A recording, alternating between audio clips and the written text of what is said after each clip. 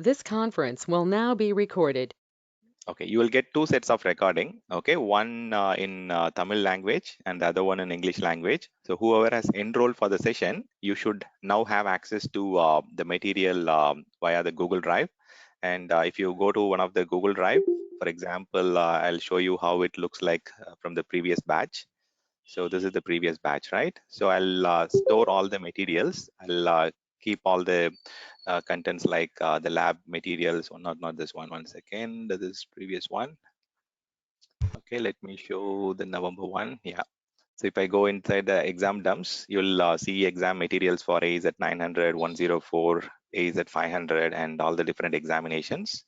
You will also get access to close to 60 different lab materials. Okay, so this particular session which you have joined is mostly a practical session.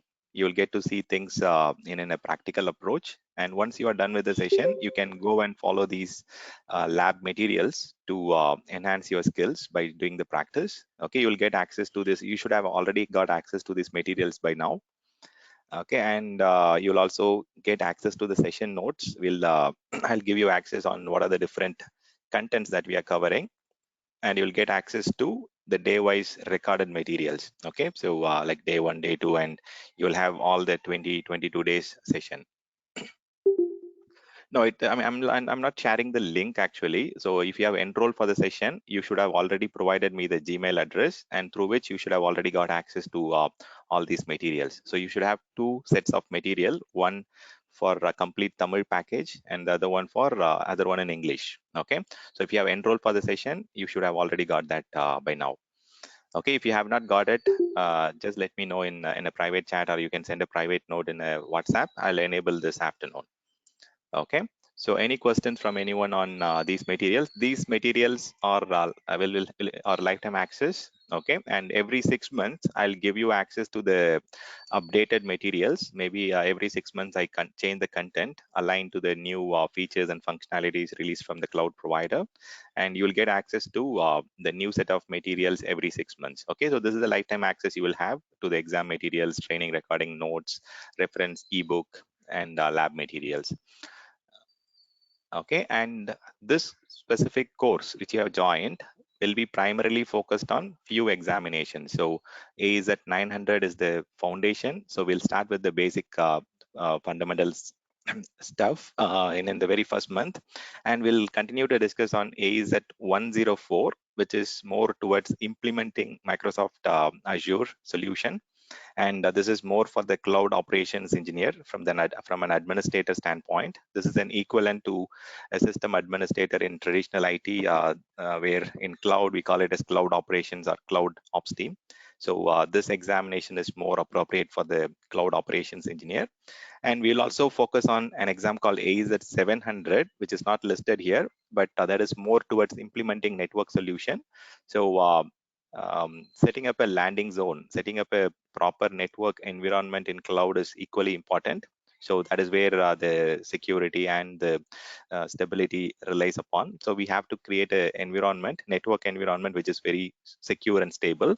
So we'll also cover that AZ 700 exam materials. Okay, and we'll also focus on some of the contents towards that, and we'll focus on AZ 303, which is Microsoft Azure Architect Technologies. So you will not be able to completely design a new customer to cloud, but you will be able to provide them guidance on specific areas or core services or products or functionalities. But if you are planning to give complete enterprise architecture solutioning for the customer, you have to complete AZ 304. I have a separate course on AZ 304, which is around 35 to 40 hours of session.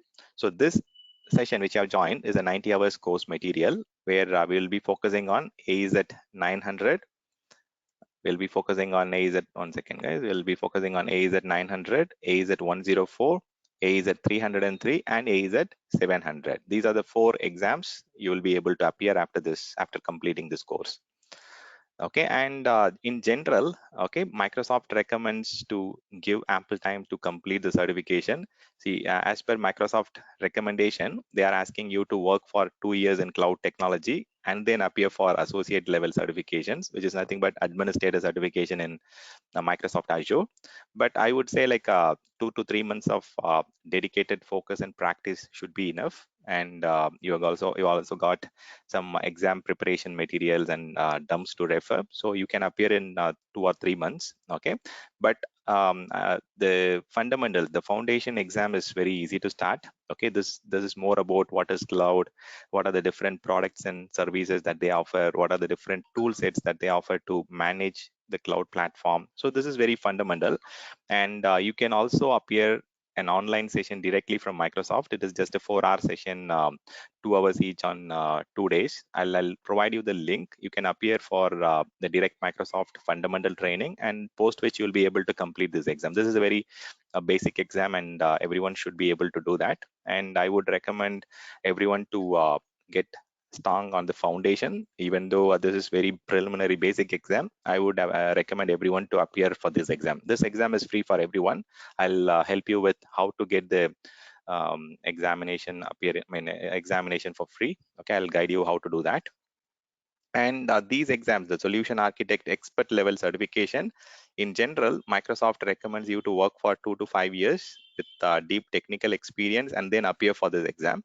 But at least, like I would say, within a year time in Indian market, like I say, most of you work for service provider organization, right? So you get to understand a lot of different technical aspects in a very quick fashion. So you will be able to appear for this exam in 1 year time frame. So don't rush for this, but I would recommend to appear for AZ 900, 104, and 700 if possible by in the next 5 to 6 months. Okay, and there is a separate 30-hour session that I take on security, which focuses on AZ 500 exam. Okay, so that is a separate course which is not covered as part of this particular session. So as part of this session, we will be discussing on 900, 104, 700, and 303. These are the four examinations, or these are the four certifications that we are focusing on. Okay, and all the exams, mostly like during the pandemic now, even though the examination centers are open, we are taking training, or we are taking examination from home only. So there is no simulation, or there are no lab-based exams currently there in Microsoft. It's all multiple choice question. So taking exams now are pretty easy now. So you can attend a direct session from Microsoft, and they will be sending you a free voucher to attend the exam AZ at 900, and that voucher is valid for 90 days to schedule the exam. But again, you can claim the exam, and you can use it for 1 year. Okay, I'll show you how you can claim this exam for free. I'll guide you on how to do it. And in general, it's all multiple choice question. The AZ 900 exam will have 40 to 46 knowledge-based questions, and these are all very basic. And Microsoft examination is scored out of 1,000, and for 1,000 you have to you have to score 700 to pass the exam. Okay, so AZ at 900 is a very basic exam, and I'll guide you how to get this done very quickly in next couple of weeks.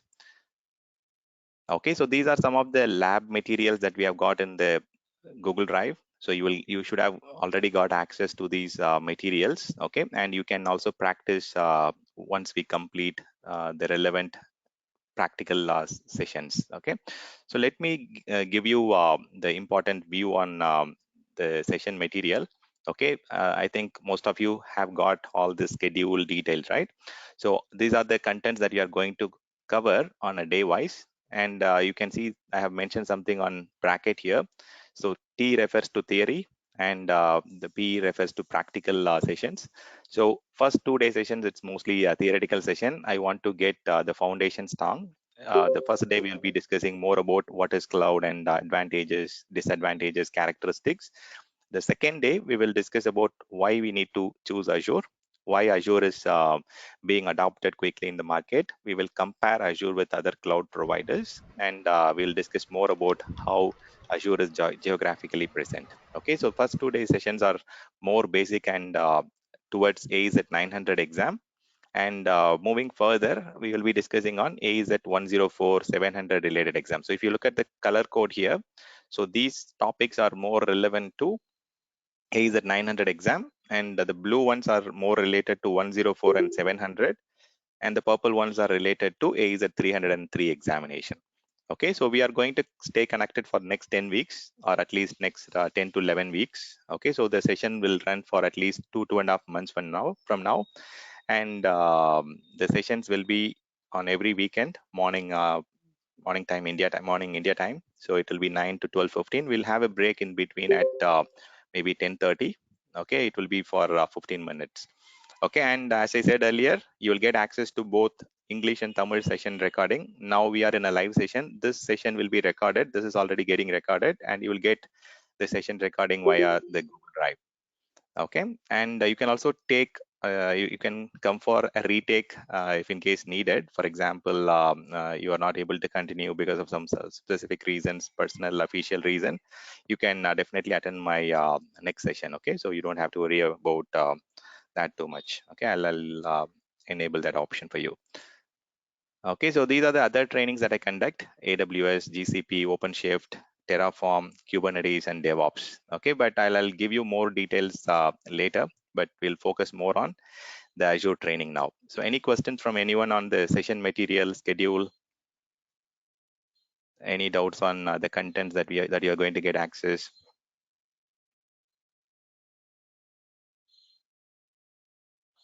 Stan, Yeah. Yeah. this is Baswa. Yes, Baswa.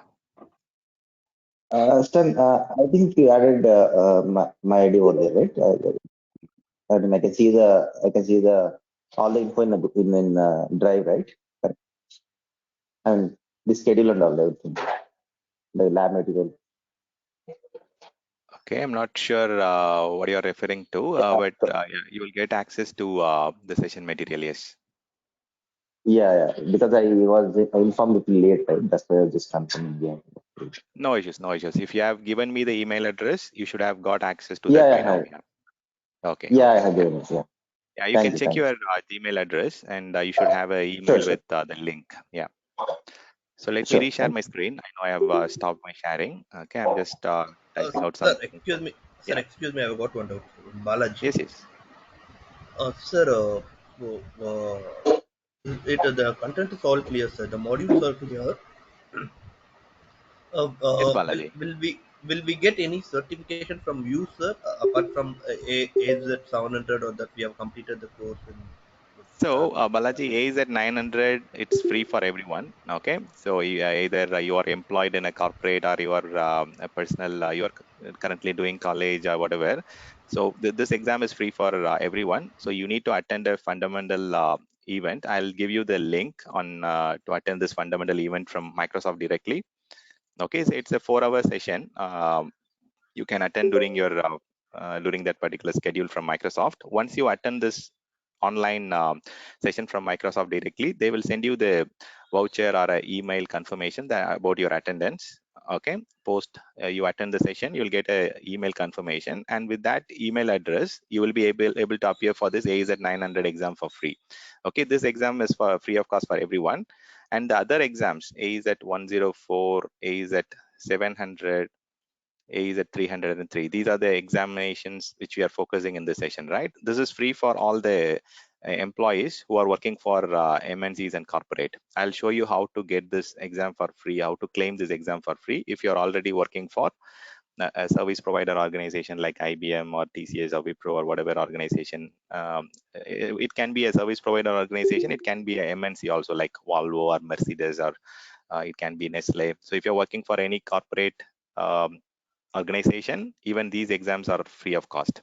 I'll guide you how to get these certifications registered, and I'll show you how to claim the vouchers for free. Okay, okay, sir. Thank you, sir. Thank you. Sure. So Stan, today will be, yeah, go ahead. Yeah. yeah, this is Gopi. We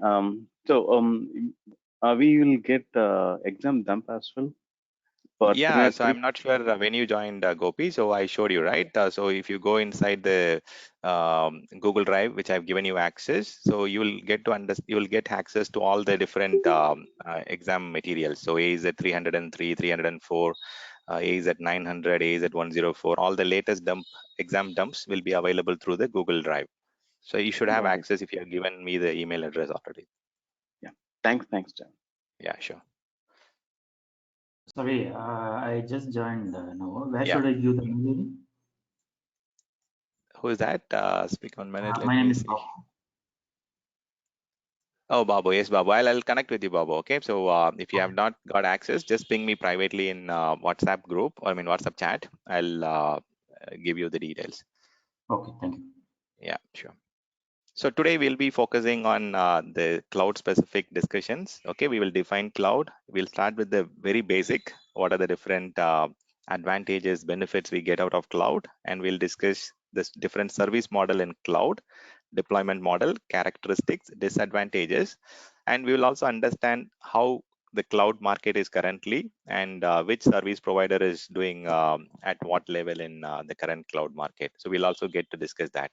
So mostly it will be an interactive session. So you can raise your questions at end of each subtopic. For example, once I complete service model, you can raise your question. Even at the very end of the session, you can start taking notes, and you can also keep your questions ready at the end of the subtopic. Or if you want to ask the questions at the very end of the session, I'm also good with that. Okay, so with that, let's see, like I just want this, since this is a theoretical session today and tomorrow, I would like it to be a kind of interactive session as much as possible. Okay, let us define cloud first. Okay, and then we'll move on to discuss the benefits. So when we discuss the benefits, I'm looking for some inputs or points from all of you. Okay, let's define cloud first. Okay, this is the definition of cloud as per the cloud provider. Okay, they claim cloud as a on-demand delivery of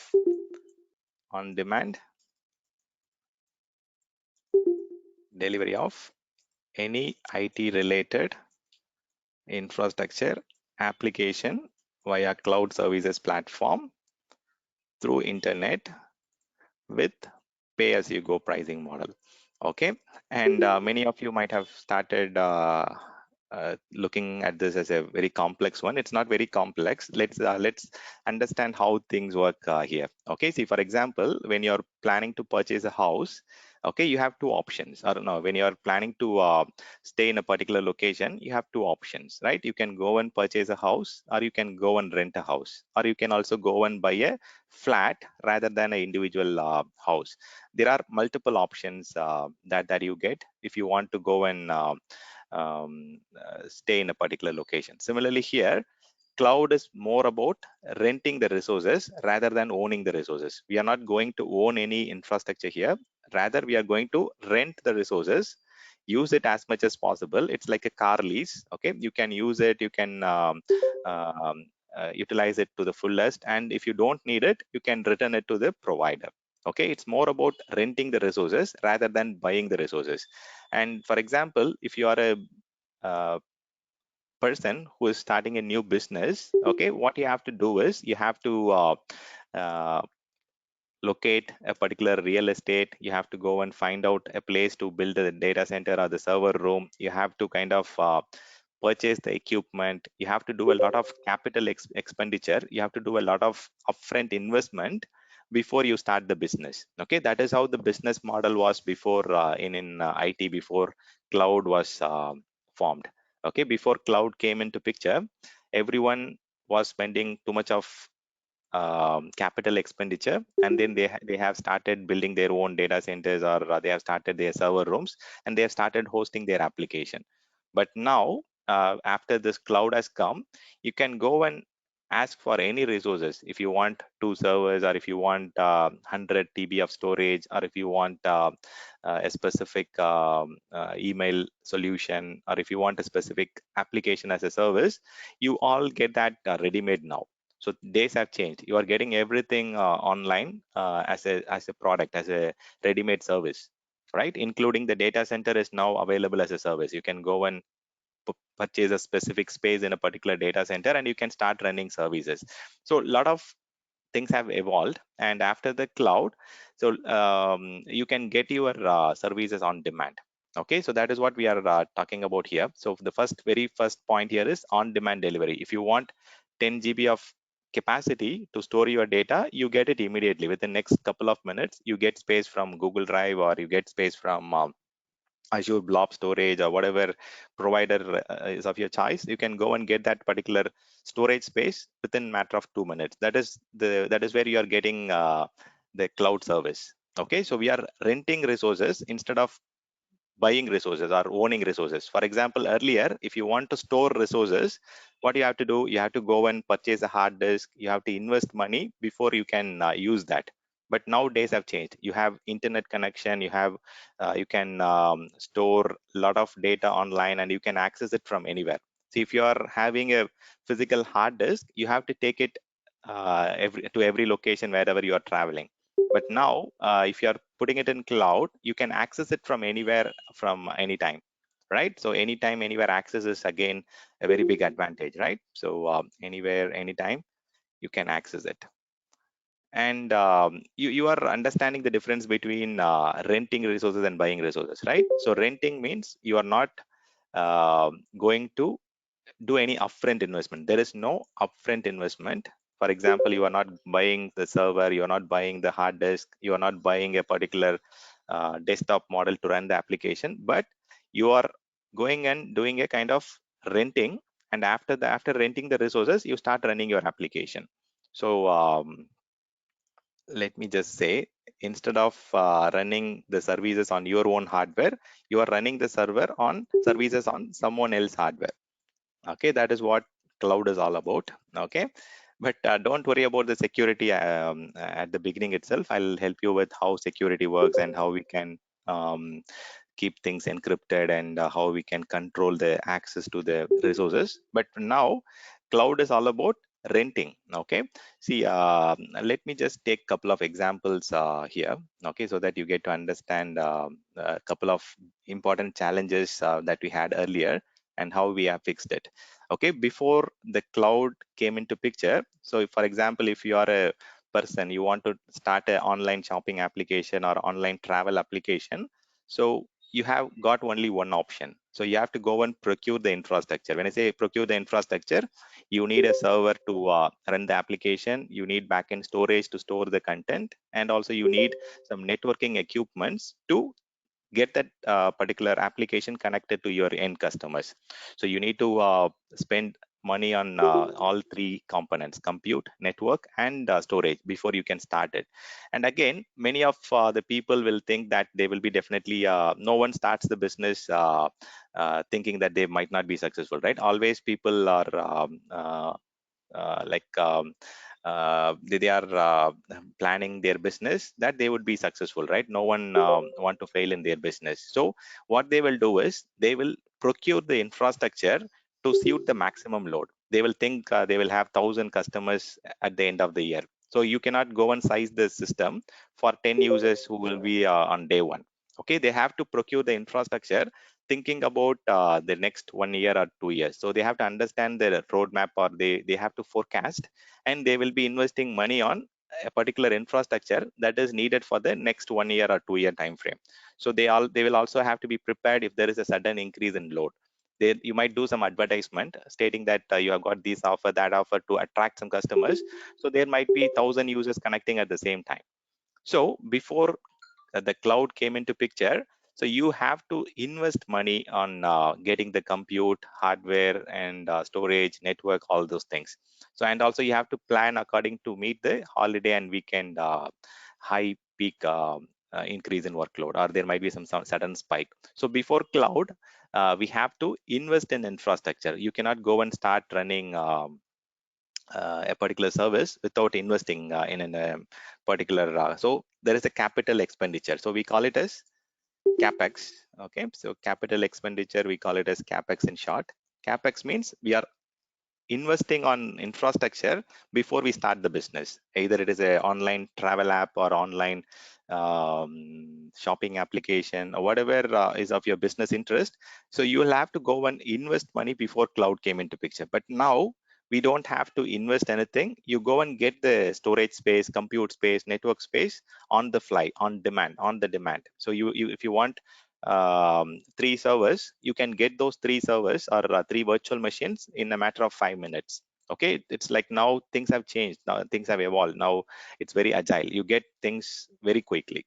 Okay, But there are two ways of spending, right? For example, if you are going and renting resources, or if you're going and staying on rent, you have to pay for the monthly maintenance. So you have to pay the rent, plus you have to pay any additional maintenance charges, like for maybe the water or whatever, right? So here we always think about operational expenses. So based on the consumption, we will be paying for operational cost. We call it as OPEX. In cloud, we get operational expenditure cost. So we can call it as operational expenditure or maintenance cost. There is no upfront investment. So we are trading capital expenditure into operational expenditure. That is the biggest advantages in cloud. Okay, this is the very first important advantage. Okay, you are trading capital expenditure, you are changing capital expenditure into operational expenditure. Based on your consumption, you are paying for just the consumption. Okay, how much you are consuming, you'll be paying for that. Consumption based pricing model. And looking at the definition, these are the things that we have highlighted, right? You will get everything on demand. If you want 10 TB of storage now, you get it. You want 5 servers, you get it in 5 minutes. And you are getting almost all the IT related infrastructure. That is what we are highlighting here. You are getting everything on demand, and you are getting any IT related infrastructure or application through the cloud service platform. So the cloud service platform that we are talking about is the marketplace, or is the portal through which the providers are allowing you to consume their services. So there are multiple cloud services platform.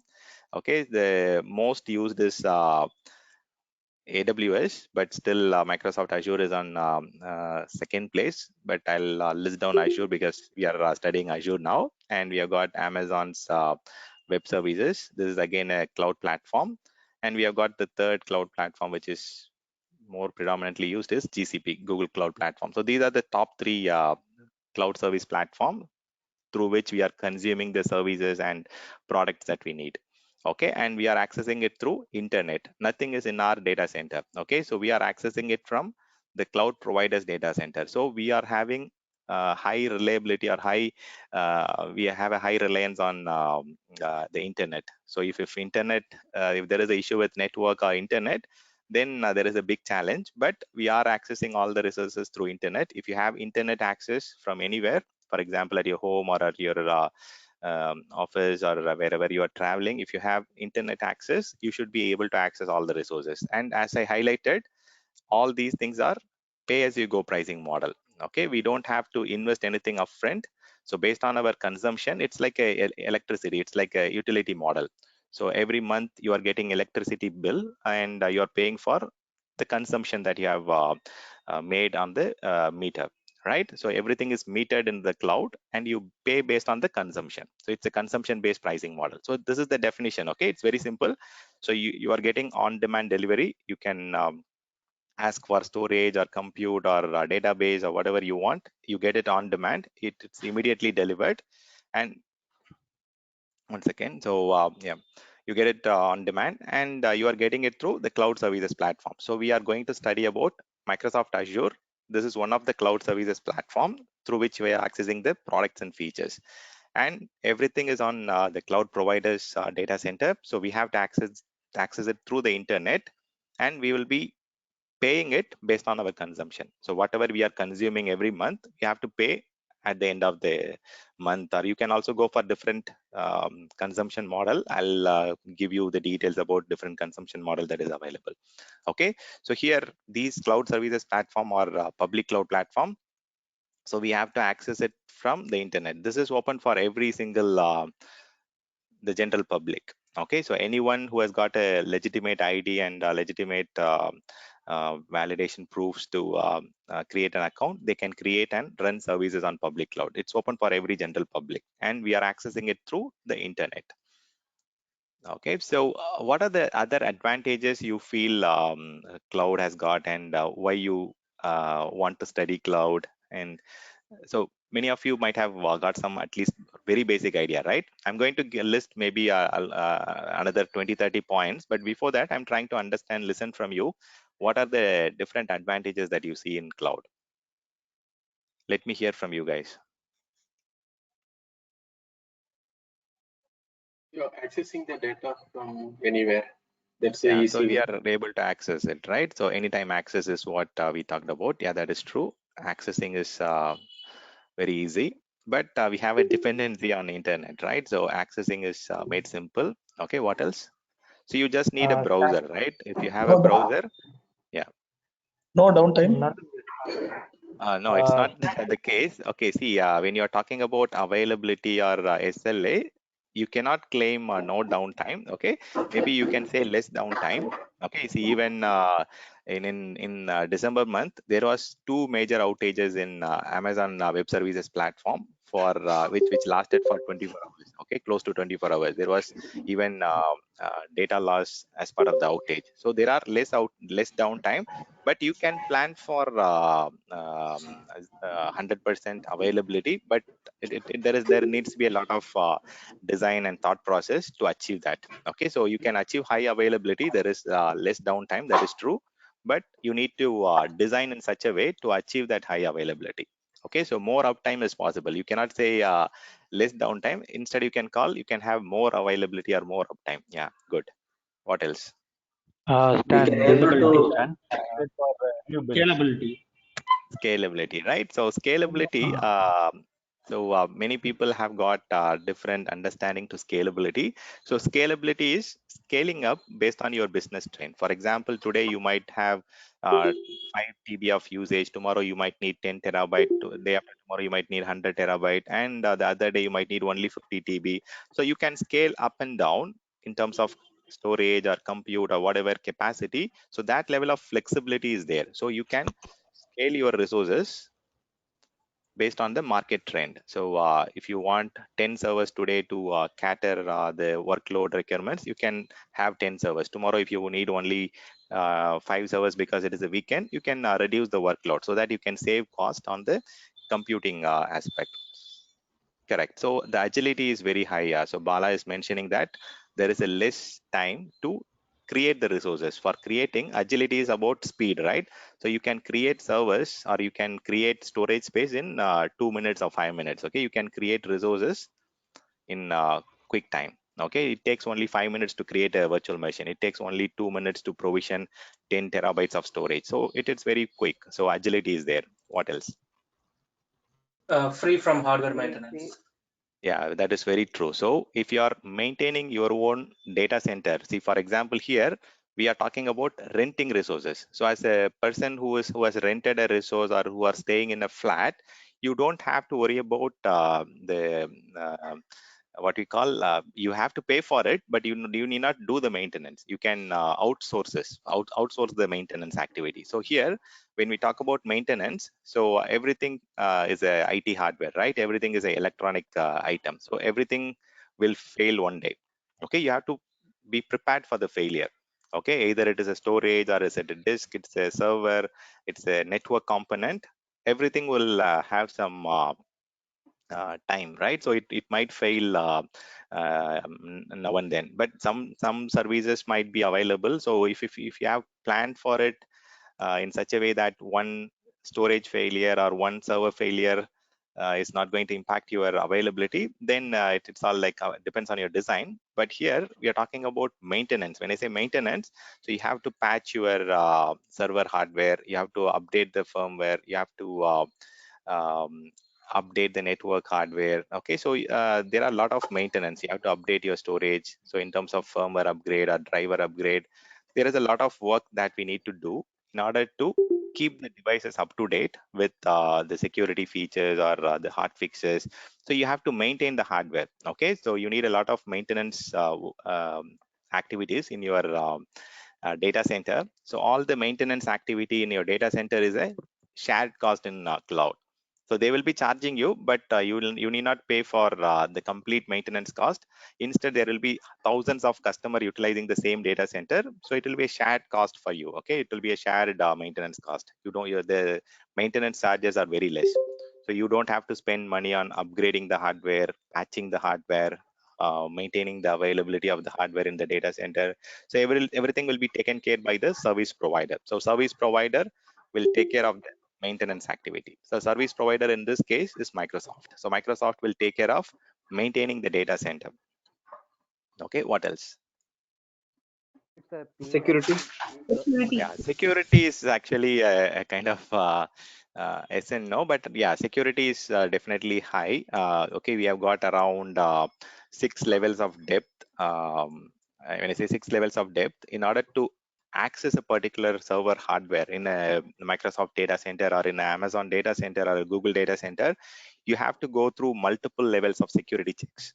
Okay, you have to get approval at the security gate to enter the data center premises. You need to get access to get inside the data center room, and you have to apply for a escort who can guide you to touch the particular server or storage for any maintenance activity. So no one can go and touch the hardware without that 6 levels of approval. So you have to go through multiple forms, you have to fill in multiple forms, get approved, and then only you will get access to the hardware, and that too specifically to the specific cage. Okay, so there is a caging process. They will not give you access to the complete data center.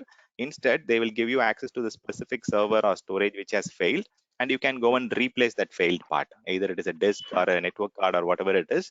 So they give you access only to the specific hardware, and you will also have a escort who will be along with you to help you with the data center protocols, because if you are new to data center procedures, you might have to adhere to certain things because you are dealing with a very high sensitive data center location, and you have to deal with electronic equipments, right? So there is a lot of security checks. You have to fill in a lot of different forms, and there are multiple layers of security, and through which you have to gain access to the data center. So gaining access to the data center or the hardware, it's not that easy. So security at the infrastructure level, at the data center level, it is at the highest. But security at the operating system level or at the application level, it's a shared responsibility. So both customer and the provider are equally responsible. Well, I'll come to that part. Okay, so I'll explain about the shared responsibility on the security model. Okay, I'll explain this little later, but for now, yeah, security is very good at the infrastructure level. At the data center level, the security is at its best. Yeah, what else? Stanley, what about backup and disaster recovery? Yeah, true. So you get a lot of benefits in terms of backup and disaster recovery that is there. Okay, you get a lot of options. Okay, and during our backup class also, we'll get to discuss what are the different backup solutions we can implement. So backup is available as a service, like how you are getting storage as a service, you will get also backup as a service. You don't have to go and set up the media server, you don't have to connect the tape libraries. You can start taking the backup immediately. You don't have to do any kind of infrastructure or prerequisite before starting the backup. So backup is also available as a service. Even DR is available as a service. We'll get to discuss that. So yeah, backup and disaster recovery is very highly improved in the cloud space. Yes, what else? Easily transportable between the data centers based upon the availability regions. Okay, yeah. So the disaster recovery or the portability is very simple. So when you talk about the physical server, okay, so the portability is very tough. For example, if you want to migrate an application or migrate a particular server from one physical server to another physical server, there are a lot of challenges. I mean, you need to have a specialized tool, or you need to take a bare metal backup and then restore it. Here, we are talking about virtualization. We are talking about virtual machine. So virtual machine itself is a kind of folder. Okay, you can move this particular virtual machine from one server hardware to another server hardware using the native technologies. So the portability, it is very easy to move.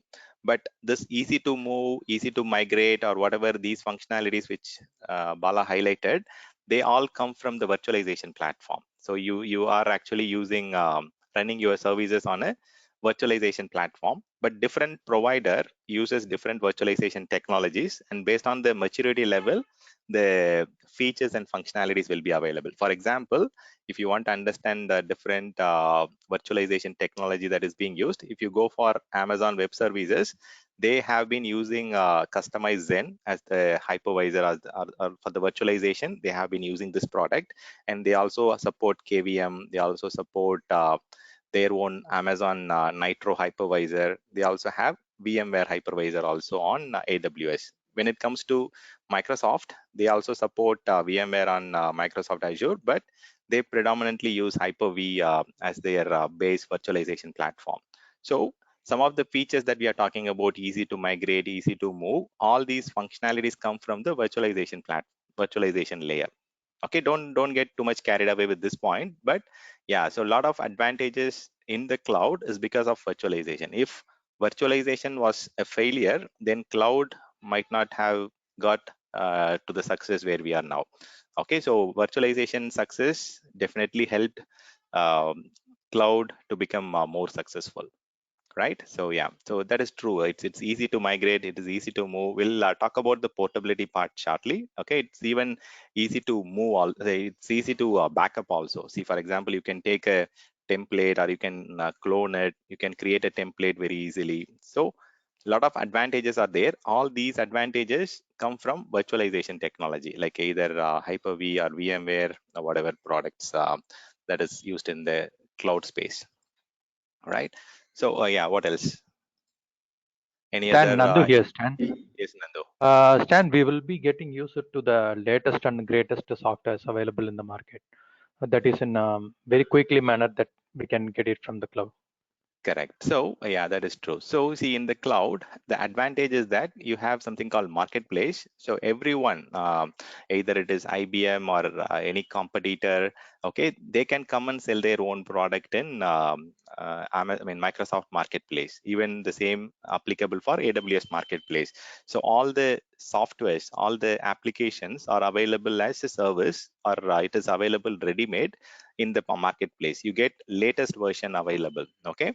And on the other side, we'll also discuss about the disadvantages later, but as a benefit, okay, so you get everything hosted on the marketplace. You get everything available on the marketplace. Yeah, true. That is true. You get a lot of different products, functionality, services on the marketplace. Yes. Any Easy other to point? expand your business globally.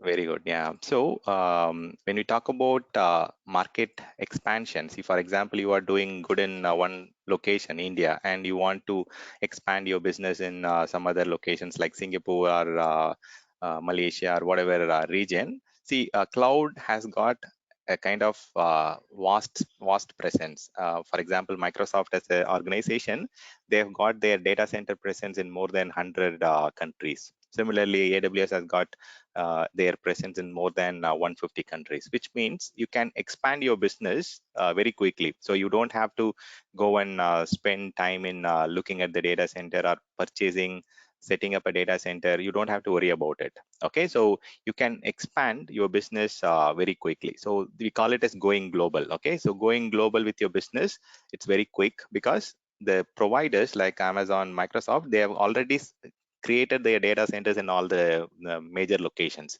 So if you want to just expand your business, you can just clone your existing infrastructure in primary location, and you can start running the same set of servers in other location. We'll get to understand how things work, how disaster recovery, or how we can migrate, clone the servers later. But yeah, this is a very good point. So going global, expanding your business in different locations, it's very simple in cloud space, because the data center in the second location, it's already available. See, think about building a data center, right? See, for example, if you want to run your own business, so you have to go and build a data center. And to build a data center, the very first thing is you have to look at the real estate pricing. Okay, where exactly I can go and select the location. I cannot go and purchase a space in the center of the city, either in Bangalore or Chennai or Mumbai. The real estate cost is very high. I might not get the just for buying the space, the real estate, that itself will cost me very huge. So you need to find a location and the real estate. And again, before that, you need to choose which location is good for having a data center. See, if you look at the India map, so no one should have, a lot of data centers are available in Mumbai or Bangalore, Chennai, Hyderabad locations. Why there is less data center in Delhi or Noida or maybe Kolkata? So there are a lot of things that people will look at. See, for example, Delhi, Delhi and other places nearby, they are all close to the seismic zone, right? So they actually get into earthquake very frequently, and the data center are not very adaptive to the seismic related stuffs, right? So in order to select the location for the data center, we need to select a location which is free from the natural disasters, or which is less prone to natural disasters. So that's why they choose Bangalore or Chennai or Hyderabad. And Bangalore advantage is that the climatic conditions are very suitable, and you can spend less cost in the cooling infrastructure. See, if you're running data center in Chennai, again, the external temperature is high, and you have to spend more money in cooling infrastructure, and to regenerate the cooling infrastructure, again, it consumes more electric power or electricity. So I mean, there are a lot of advantages and disadvantages. So in order to choose a place, in order to choose a location, there are a lot of important criterias that you need to follow. So where you need to understand whether this place is prone to any natural disaster, whether any flooding will happen. So you might go and choose a location, but at the end there might be some sudden flood, and your data center might get inundated. So you have to look at different aspects before even choosing a location. And you cannot even choose a location in middle of the city, so it has to be in the outskirts, right? And the next thing is, there is a certification, or there is a tiering for your data center. So they call it as tier 1, tier 2, tier 3 data centers. And there are very few data center which is of tier 3, tier 4 and tier 4 plus. Okay, so Microsoft Azure and Amazon Web Services, they run their services mostly on tier 4 and tier 4 plus data centers.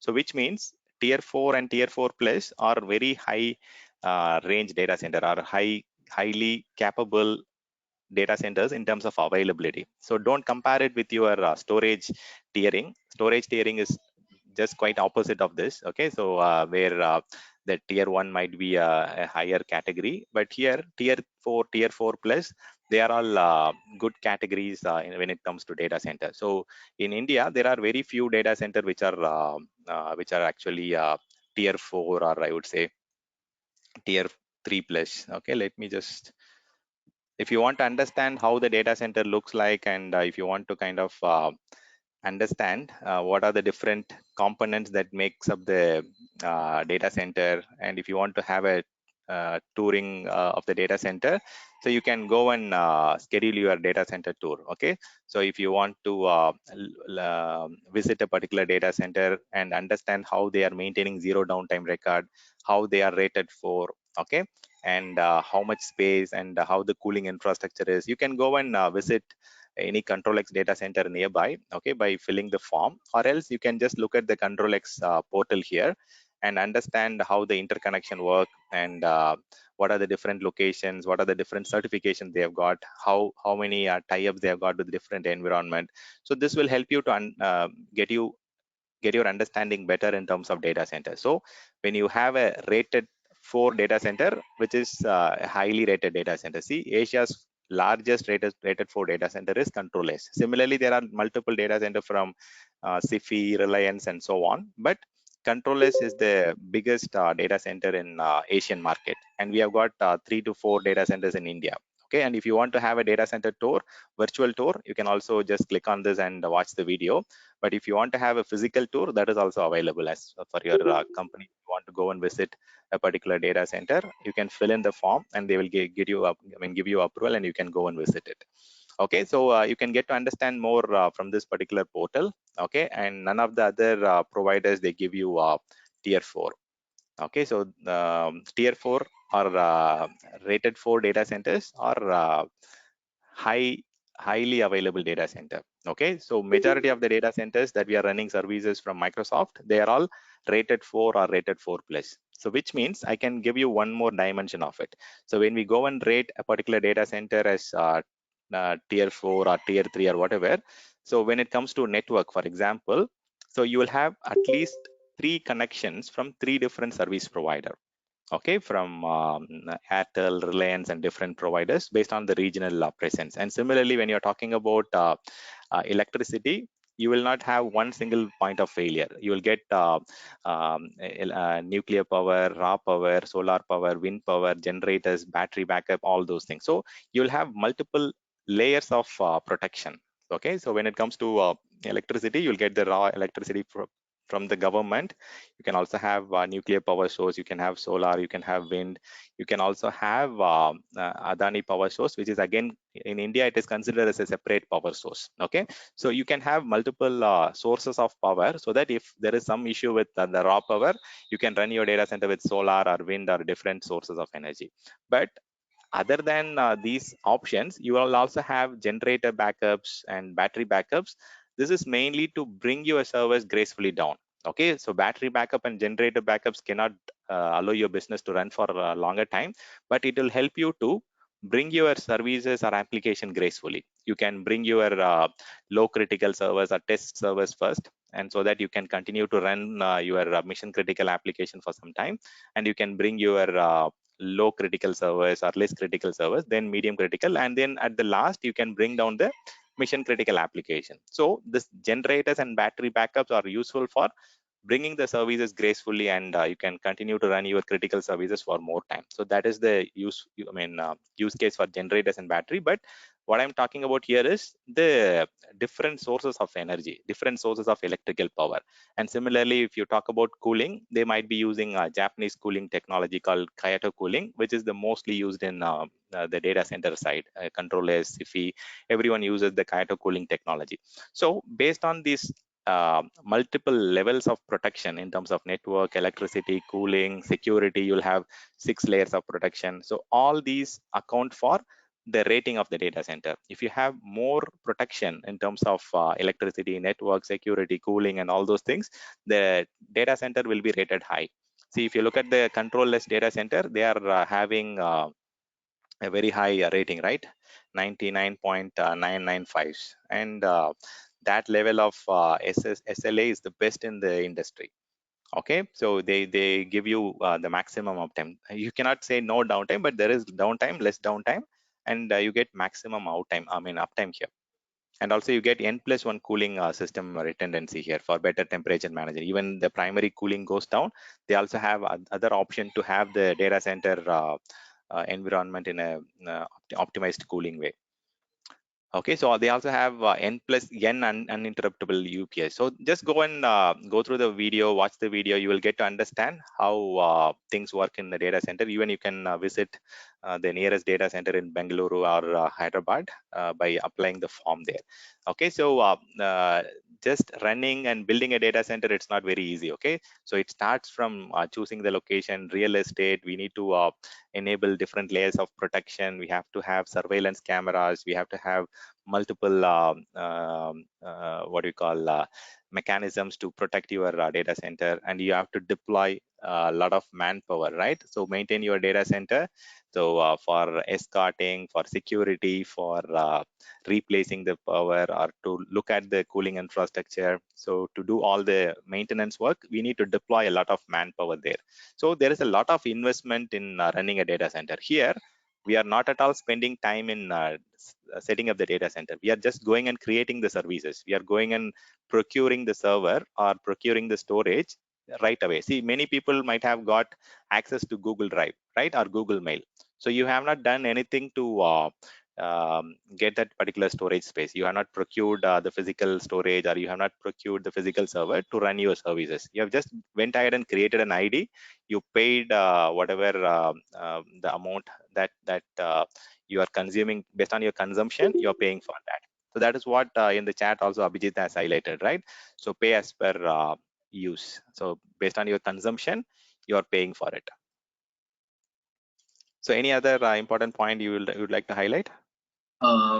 It's a very quick accessibility of your applications, right? Easy, very fast. Yeah, it's quick, right? So, and again, dependency on the internet is there. So the access is very quick. If you have much better internet connectivity, yeah, you can access it very quick. Yeah, true. What else? Don't reinvent the wheel. That means don't reinvent the wheel. That means Okay. if somebody has applied a good thesis of process, then we can adapt to it. Don't want to reinvent it again.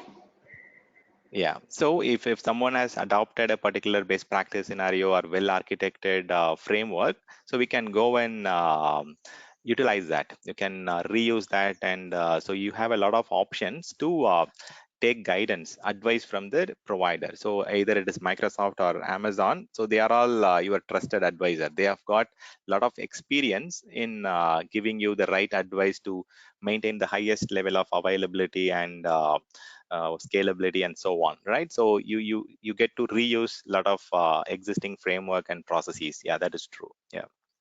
What else?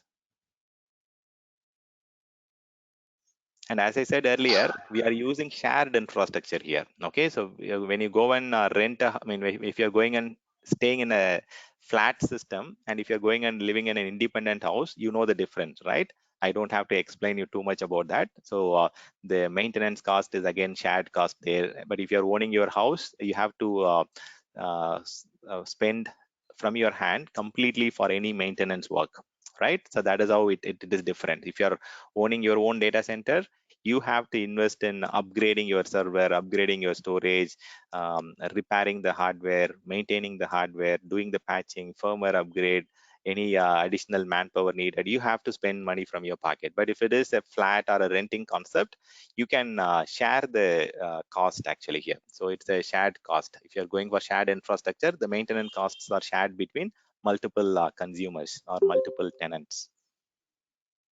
Yeah. Any other point anyone would like to highlight? Okay, so Servers let me, patching.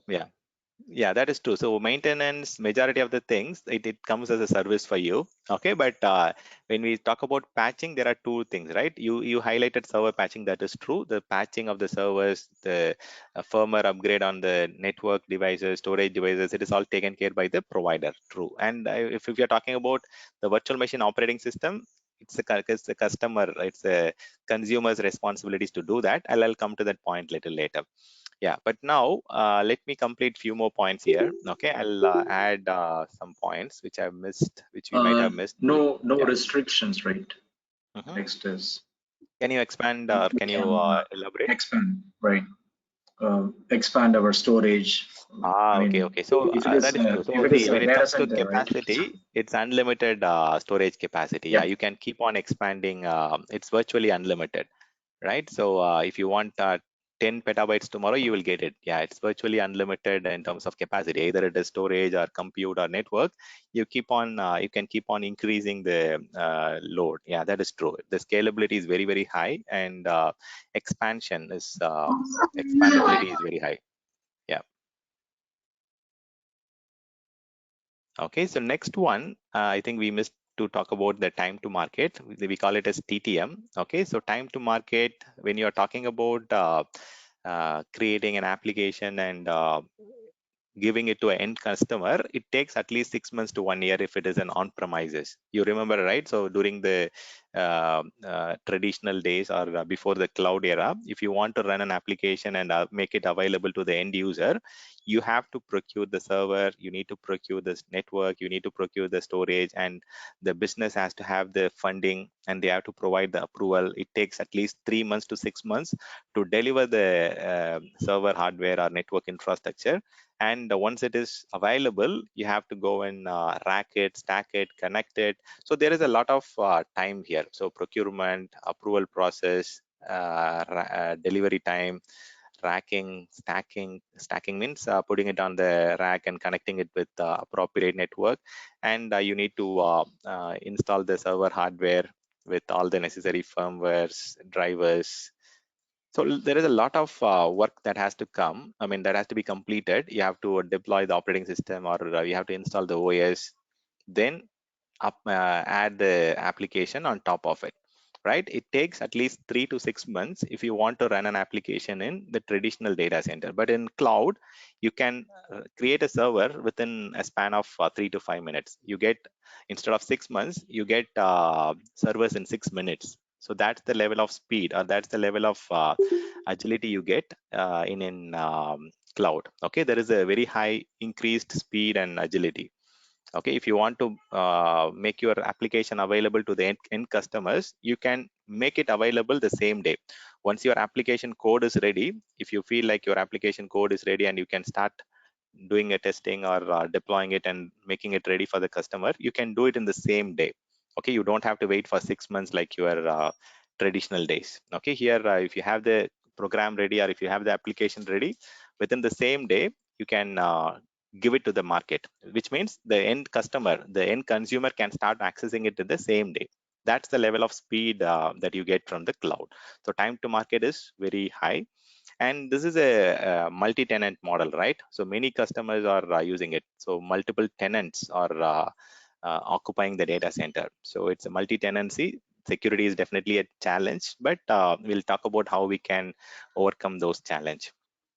Definitely cloud is more reliable, okay, compared to your on-premises infrastructure. If you are running your application in on-premises, generally you have a lot of failure or single point of failures. Okay, for example, if you want to improve the redundancy, you have to invest money in two hardware, then two network devices. Similarly, if you want to overcome single data center failure, you have to set up two data centers. So the more you want to be reliable, or if you want to improve the availability, you have to spend more money on creating redundancy, right? That's the challenge with your on-premises. In cloud, you've got the redundancy or durability is very, very high in the cloud. You get a lot of things on the fly.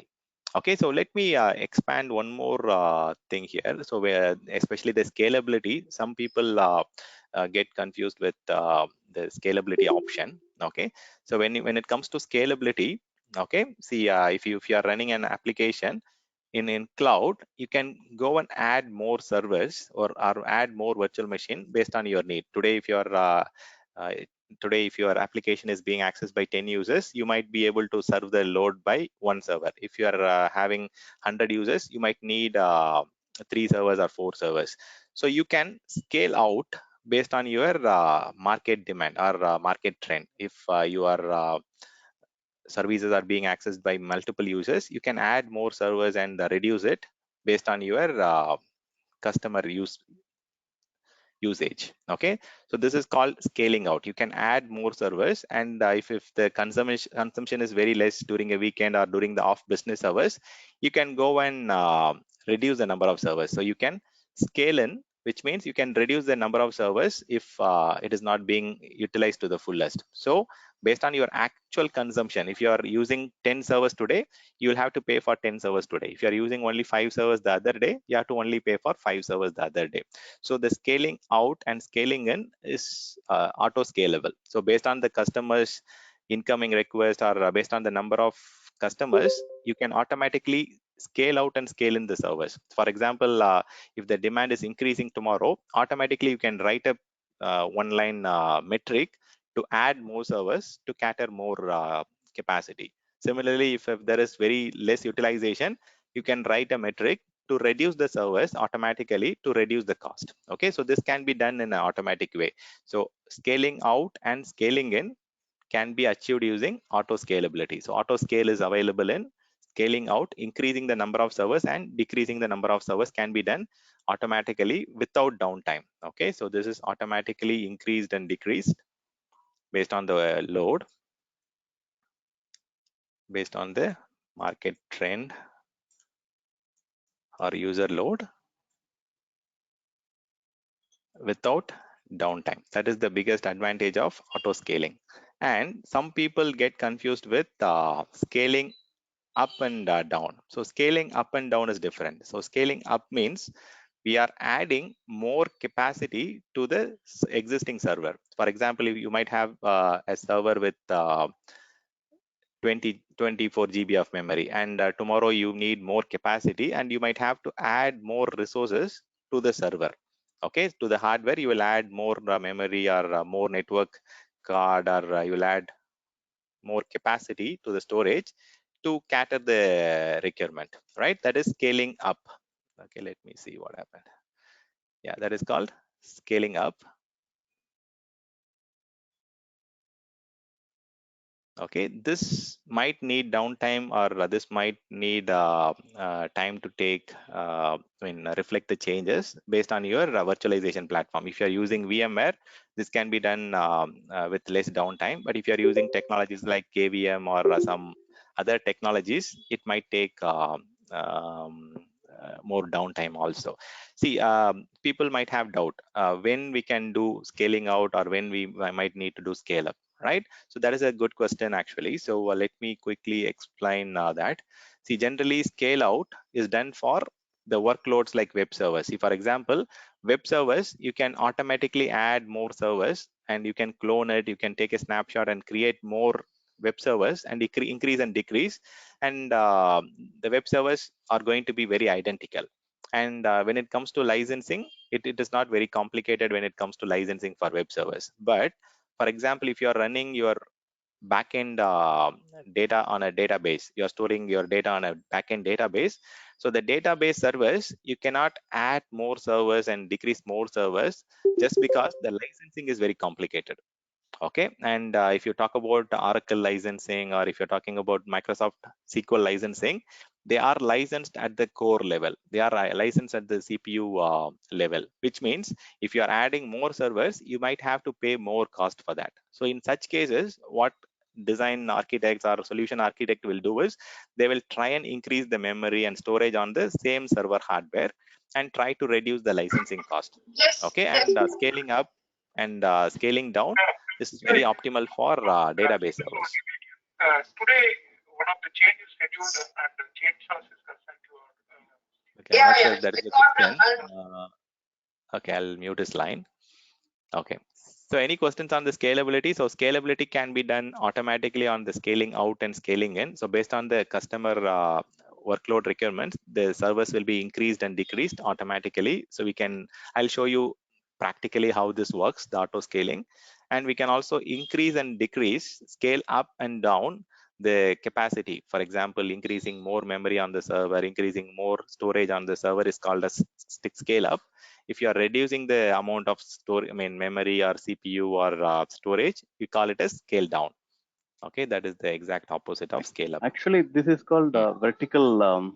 Yeah, this is called vertical scaling. Yeah, that is true. So scale up and down is called vertical, and adding more servers, reducing servers is called horizontal scaling. Yeah, true.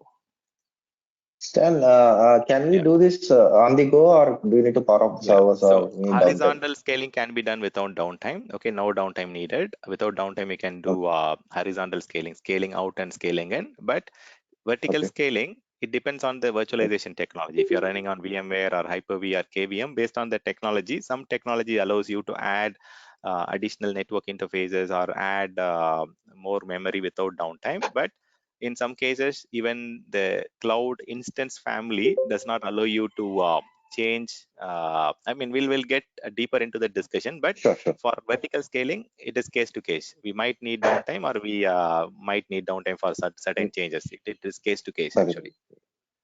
Yeah. Thanks. So yeah, fine. Any other important points you would like to add here, or anything that you guys feel I missed it? So the on-demand, the instance access, the instant access or instant delivery is what is the most important. So if someone asks you what is cloud, so it is on-demand delivery of any IT related infrastructure or application via the cloud services platform. CSP is nothing but Azure, Amazon Web Services, Google platform, through the internet. Since it is a public cloud platform, we are accessing it through the internet. It is not in our own data center, so we have to definitely access it through the internet. And after accessing it, consuming it, we are paying it based on the consumption model or the pricing model. Okay, so these are some of the top 20 points, I would say. So we can keep on adding. See, if you are coming from an engineering background, even when I used to study engineering, I start adding more headings like this, right? If I'm running short of points, I'll start putting some headings like stability, reliability, maintainability, and start writing out more points, right? So we can keep on adding more abilities here. Okay, so there is a lot of advantages. Okay, you can easily test, you can do some POCs without adding more cost. You get a lot of infrastructure free of cost also here. Okay, if you want to do some proof of concept, or if you want to do some testing or development work, you get it for very less price. Okay, so you get it for free of cost, or you get it for cheaper price. If you want to do some proof of concept or testing or development, you get it. And similarly, like for learning purpose, and it is definitely efficient compared to your on-premises database, I mean on-premises data center.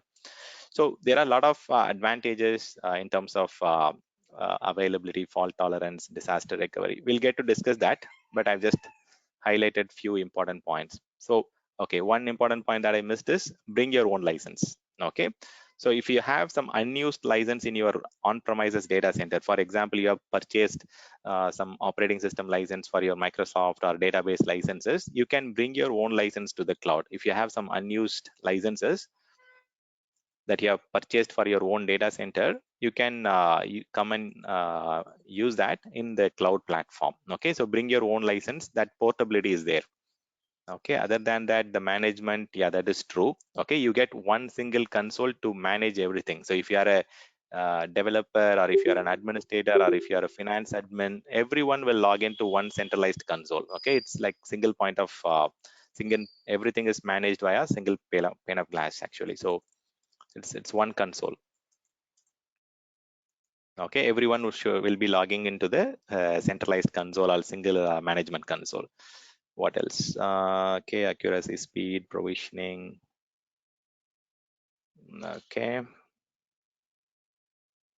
Yeah, so this is one advantage that I can help you with understanding in other ways. See, for example, in on-premises, if you are looking at the forecast, or if you are looking at the growth pattern, so generally we have to size the storage or the hardware for the next 2 years, right? Here in the cloud, you don't need not worry about the future roadmap really. Okay, so but you can keep the service provider informed, but the future roadmap need not be 2 years or 5 years here. Okay, so you can just create a server that can cater the need for next few months, maybe 2 months or 3 months. Instead of 2 years, 5 years capacity, you can size the server to be compatible for, or to be suitable for next few months actually, instead of our next few weeks, instead of next couple of years, or 3 years or 5 years. Because in on-premises, we'll do a very high investment, but in the cloud, you don't have to worry about forecasting, you don't have to worry about capacity management, or so all these things can be done in the fly. You can add more capacity, you can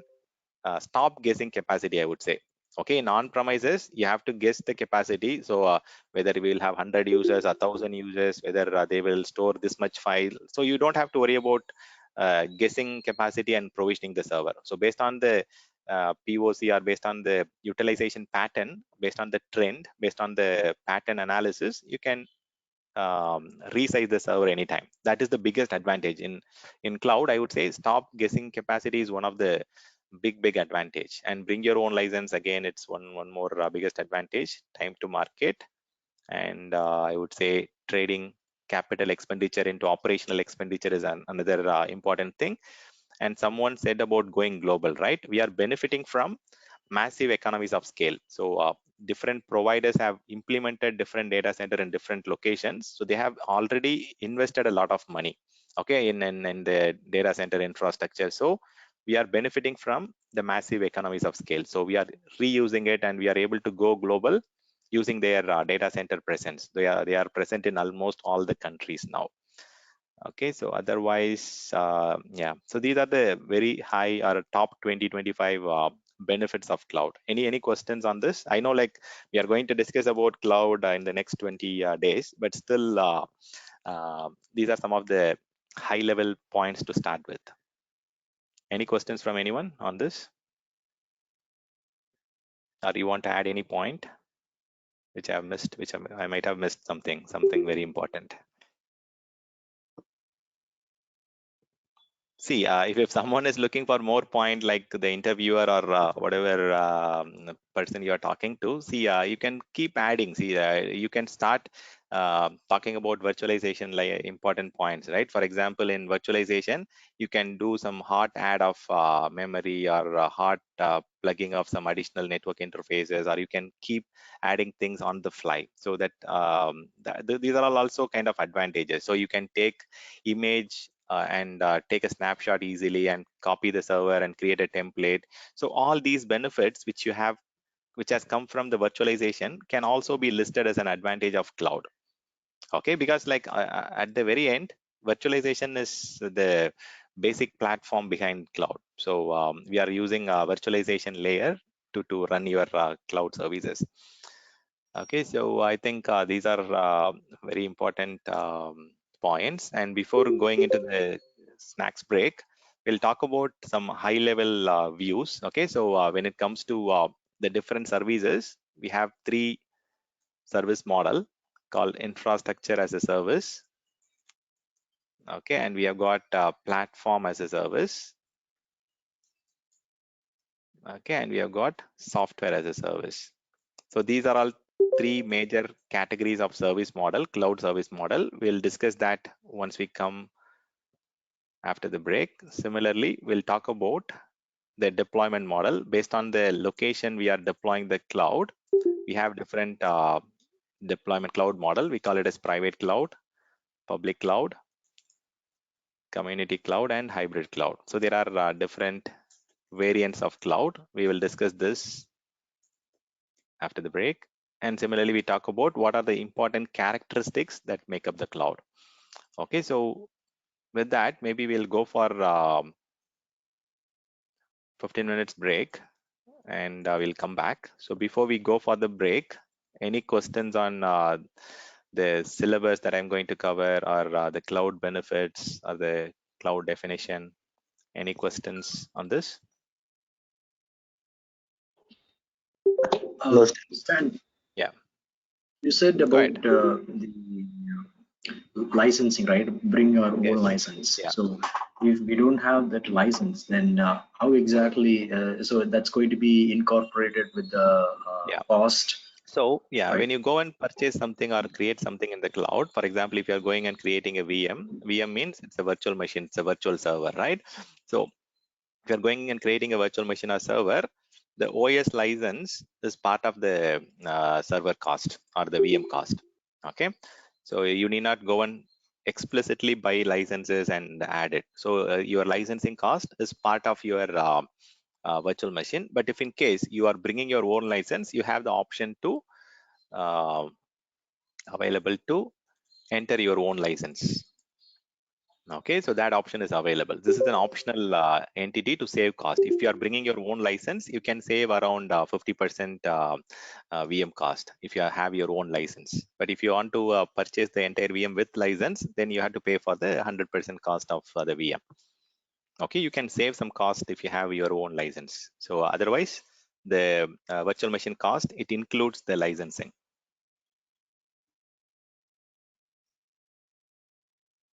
Okay, so with that, maybe we'll go for 15 minutes break. I'll stop the record. This conference will now be recorded.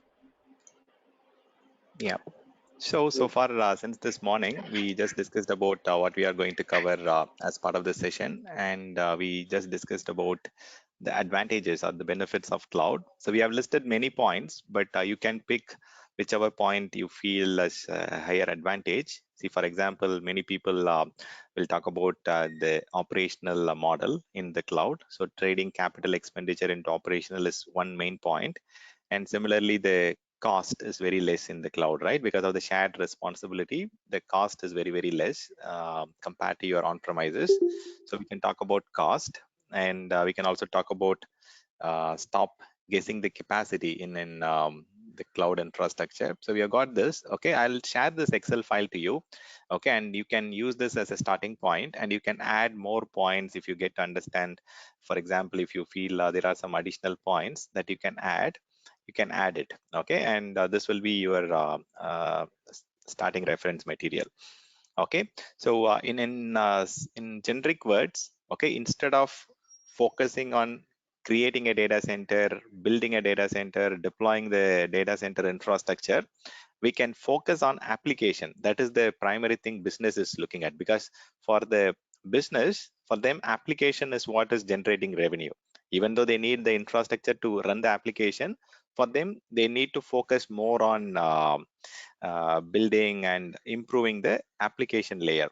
Okay, if they can provide a lot of benefits and advantage, I mean a lot of new functionalities through the application, then they will generate more revenue. Okay, instead of focusing more on the data center infrastructure, they can focus on deploying and managing the application. Okay, modernizing the application. That is what they are looking at, and cloud will definitely help them achieve that.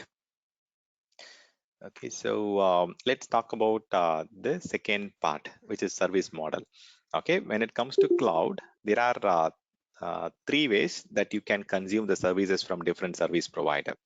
Okay, so if you are talking about your on-premises data center infrastructure, you know there are various layer, right? So we have the physical infrastructure, which is at the very bottom. Okay, let me do one thing. I'll just try to copy the content here so that I can easily explain. Okay, let me see. Okay, yeah, these are the different. Okay, let me snip it and I'll use it instead of typing it from the scratch. I'll just try to use this. Okay, these are the different components that make up your data center. When you talk about your own data center, you have all these underlying components that make up your data center, right? You'll have storage hardware, you'll have server hardware, you'll have networking hardware. So that forms your infrastructure, the physical infrastructure. On top of the physical infrastructure, you will have virtualization layer. You will have operating systems running on your virtual machines, so like Linux or Windows or whatever. And you will have your applications getting installed on top of it, like your middleware application or your Java or .NET runtime. And you will store some data on your servers and run some application. So based on which layer or who manages what is going to differentiate the service model. So based on the service, based on who is managing which layer, what layer is going to differentiate these three service model. Okay, in the very first model, infrastructure as a service, okay, the physical infrastructure, the networking, the storage, the physical security, the surveillance, the server hardware, so all these components are being managed, owned and maintained by the service provider. So Microsoft manages the physical infrastructure for you, so you don't have to spend any cost in purchasing the infrastructure or deploying the data infrastructure or maintaining the infrastructure. So all those things are managed, owned and maintained by the service provider. So that's why we call it as infrastructure as a service. So we get infrastructure maintained by provider as a service. So we don't have to worry about that. So that is the first category here. So in infrastructure as a service, so the physical infrastructure, which includes the security, physical security, surveillance, storage, server hardware, network components, all these things are purchased, owned, and maintained by service provider. Okay, in this case, it is Microsoft who is the service provider. So they maintain the infrastructure for you. So that is why we call it as infrastructure as a service. So infrastructure is provided as a service by the provider. So here, what is the responsibility of the customer, consumer? So we are owning few areas here. So we need to maintain the operating system, middleware, runtime, data, and application. So the infrastructure, the physical infrastructure is managed by the vendor, okay, and the operating system, the virtual machine, and the components inside the virtual machine is managed by the consumer, the customer, right? So who manages what? So service provider and consumer or the user. Okay, there are two people. Okay, the consumer is as the customer, and we have the service provider who is the vendor. Vendor in the case, it is Microsoft here. So there are two parties. So based on who manages what is going to distinguish the three different service model here. So in infrastructure as a service model, the physical infrastructure is managed and maintained by the provider. So the provider maintains this, the vendor is going to maintain it. And that's why we call it as infrastructure as a service. As a consumer, as a customer, we are responsible for maintaining the operating system of your virtual machine. So either it is Linux or Windows, and we need to take care of the data, the permissions of who can access, and how much data we are storing, where we are storing, and the application content is managed by the users, the consumers. So in infrastructure as a service, so we are responsible for the purple ones here. So the OS, the patching of the operating system, the monitoring of the operating system, the middleware installation, upgrade of anything on the OS level, middleware level, runtime. So upgrade, maintenance, patching of these components on the top is done by the customer. So you need to add more capacity, or you need to upgrade the version based on your compatibility. You have to manage these things. Okay, so customer, which is us, we have to manage these layers, whereas the infrastructure layer is managed by the provider, and it is provided as a service from the vendor.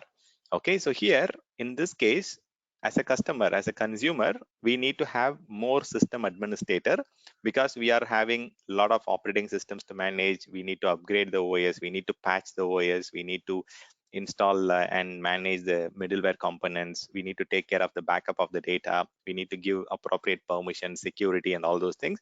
So we need system administrator and the programmers or the developers to manage in this infrastructure from the customer side, from the consumer side.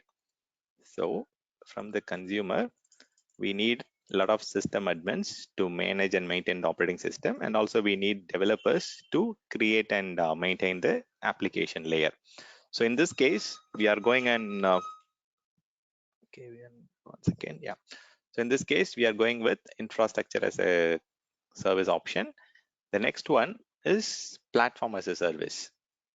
Okay, so example of infrastructure as a service, I would say you can consume like virtual machines, the what do you call instances.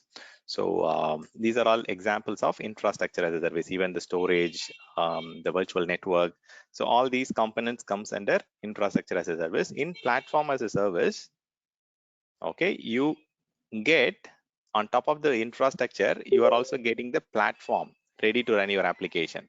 See, for example, if your application code is written on a specific language, programming language, and you need a specific runtime environment, for example, you need Java runtime environment or .NET platform or any specific platform or middleware or runtime to run your application, you get that also as a service here. In platform as a service, the provider will give you the basic infrastructure, plus they will also deploy the operating system, either it is Windows or Linux based on your choice, and they will also give you the runtime platform to run your application. In this platform as a service, the customer is responsible for only managing and maintaining the application and data. Okay, so we just take care of these two components on top of the platform. So infrastructure and the platform is owned and maintained by the provider. Okay, so you have to go and as a consumer, you can choose the OS runtime, you can choose the middleware that you need to run the application. So you can choose it, okay, but you cannot own it, but you don't have to maintain it. In this case, we have to maintain the OS. When I say maintain, we have to go and do the upgrade, patching, monitoring, backup. So all regular traditional system administration work we need to take care of in infrastructure as a service. Whereas when it comes to platform as a service, provider will take care of the infrastructure, and the platform, they will take care of the patching of the OS.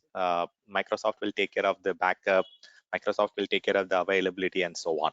So here it's like we are getting everything almost, including the platform as a service. Infrastructure and the platform is provided as a service. Here in the next column, we are getting everything, okay, including the infra, platform, and the software as a service here, and the application as a service. So which means as a consumer, as an end user, we just need to go and create an account. For example, if you want to make use of the mailing service, you go and create an account in Gmail.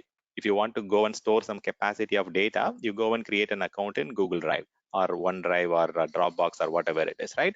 So as an end user, we just need to create an identity for us, and we can start consuming the storage or server or whatever we need, and just pay for it.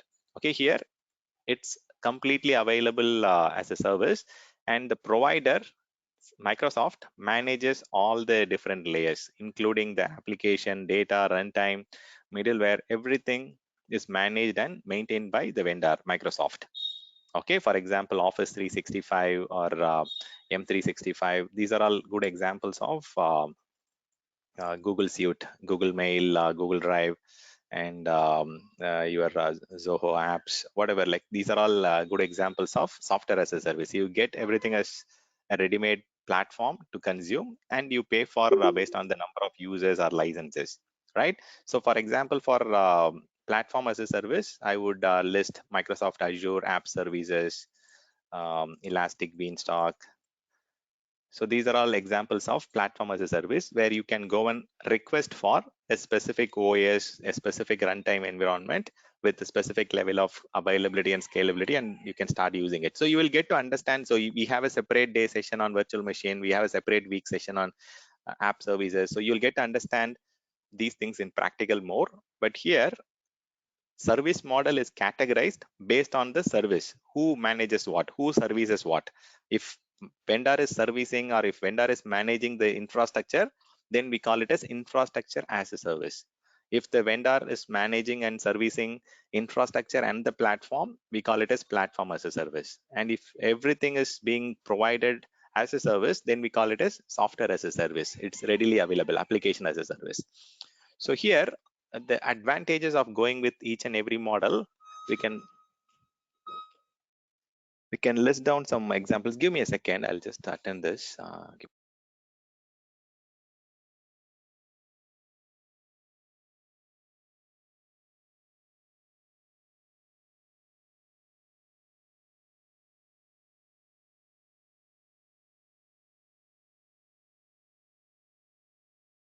Sorry guys, yeah. So each and every service model has got its own advantages and disadvantages. See, for example, if you're talking about infrastructure as a service, you have the flexibility. When I say flexibility, in infrastructure as a service, you have the option to deploy your own operating system. So you can go and deploy Microsoft Windows 2008 R2 or 2012 or whatever operating system of your choice. But if you are going for platform as a service, you might only be able to choose N-1 or N-2. You might not be able to go and choose legacy operating systems. So the flexibility is very high when it comes to infrastructure as a service. So it's more flexible in terms of choice. You can go and choose and deploy the OS of your choice, or you have control. You have more control here. Okay, in infrastructure as a service, you have access to OS. You can change any registry settings, or you can go and make modifications at the OS level. You can go and upgrade the middleware to the version you want. You have more control. You have more flexibility here. And here we are getting instant computing infrastructure. You get whatever level of capacity you need. So this is just about getting the computing infrastructure ready to run your services. You go and ask, I need this much amount of CPU, this much amount of memory, I need this much amount of storage. So based on the requirement, they are providing you instant computing infrastructure, computing and storage infrastructure. So you are accessing it and running your own virtual machine here. So this is infrastructure as a service, and you have more control and more flexibility. And if you go to the right, you will have more availability, scalability, a lot of advantages from the provider, but you have less control and less flexibility. So if you look at OS, they will give you only few operating system version. If you talk about middleware, they will again give you only the latest runtime versions or middleware components. You will not get the flexibility of your own choice. See, for example, here I can go and install my own database. I can go and install my own runtime middleware version. But here you have to go and choose what the provider is offering here. They might offer only the latest and the N-1 or the 1 or 2 versions prior to the current version. You will have less control or less flexibility here. So the more you go to the right, you don't have control on what are the components that can be used. But if you want to have control on the version and the software type and all those things, then you have to go for infrastructure as a service. And if you are just worried about your applications, data, and the availability, then you can go and utilize this platform as a service. And if you are a person who don't want to do anything, but I just need the software to be available and my end user to work and send emails, and I want them to utilize the software, then you can go for SaaS, software as a service, end user. Here you don't have to worry about infrastructure, you don't have to worry about platform, you just need the service with the necessary features readily available.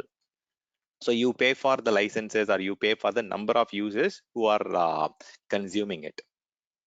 Okay, so any questions on the cloud service model? So cloud service model is categorized based on who is managing which layer. So based on the management ownership, or the who services what, these three categories are being created. For example, there are different services that are being offered as a software as a service, platform as a service, and infrastructure as a service. So we need to understand the difference, like what are the layers we manage in this one, and this one. Okay, any questions? These are all little important, even Yeah. though this is all theory. Yeah, go ahead. Yeah. And so out of curiosity, so the software as a service, so how people or customer can choose what application, there are plenty of applications, right? So everything is available in that platform. Yeah, see, that is what you hear, right? So for personal purposes, you have a lot of options. So email services, you have Gmail, Hotmail, Yahoo. So, but at the end, what exactly you can do? You can go and look back about the availability of the service, functionalities of the service, how reliable they are, whether they will be blacklisted, there are some downtime. So you go and check their historical availability. See, people are choosing Google Cloud just because of the availability of the Gmail and the Google service, right? So we rarely hear about Gmail going down.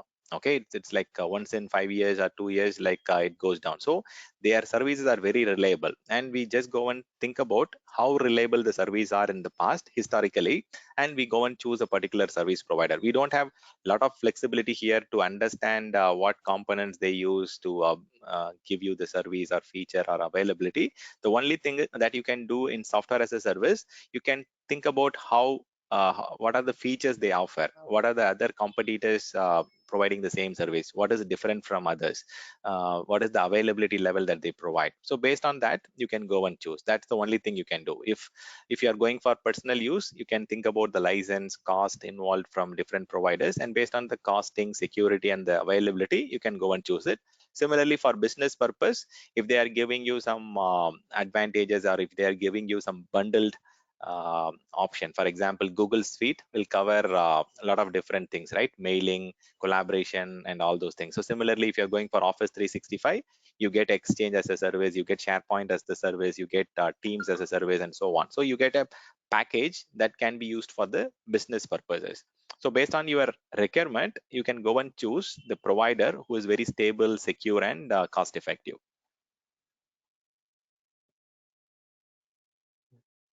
Okay, thanks. Yeah. Stan, Yeah. just a quick question. Yeah. You said in PaaS we get the platform as a service, so that we will not have the control to do any upgrades, right? So, so you mean there is nothing we can do from the Yeah, so maybe maintenance? I'll give you more clarity on that. See, for example, certain things does not need um, I mean, for example, let's take a real-time example. Okay, so let's take a database version. Okay, that comes under platform as a service. So when you talk about database version, it will be like 5.x or 5.1. Just for a number sake, I'm just adding some number here. So in this number, we call the 5 as a major version. So we have major version and we have minor version. So in the number here, 5 is the major version. Okay, 1 is the minor version. So if you are going and upgrading minor version from 1 to 2, okay, there might be some small minor bug fix or some changes that is not going to impact your application.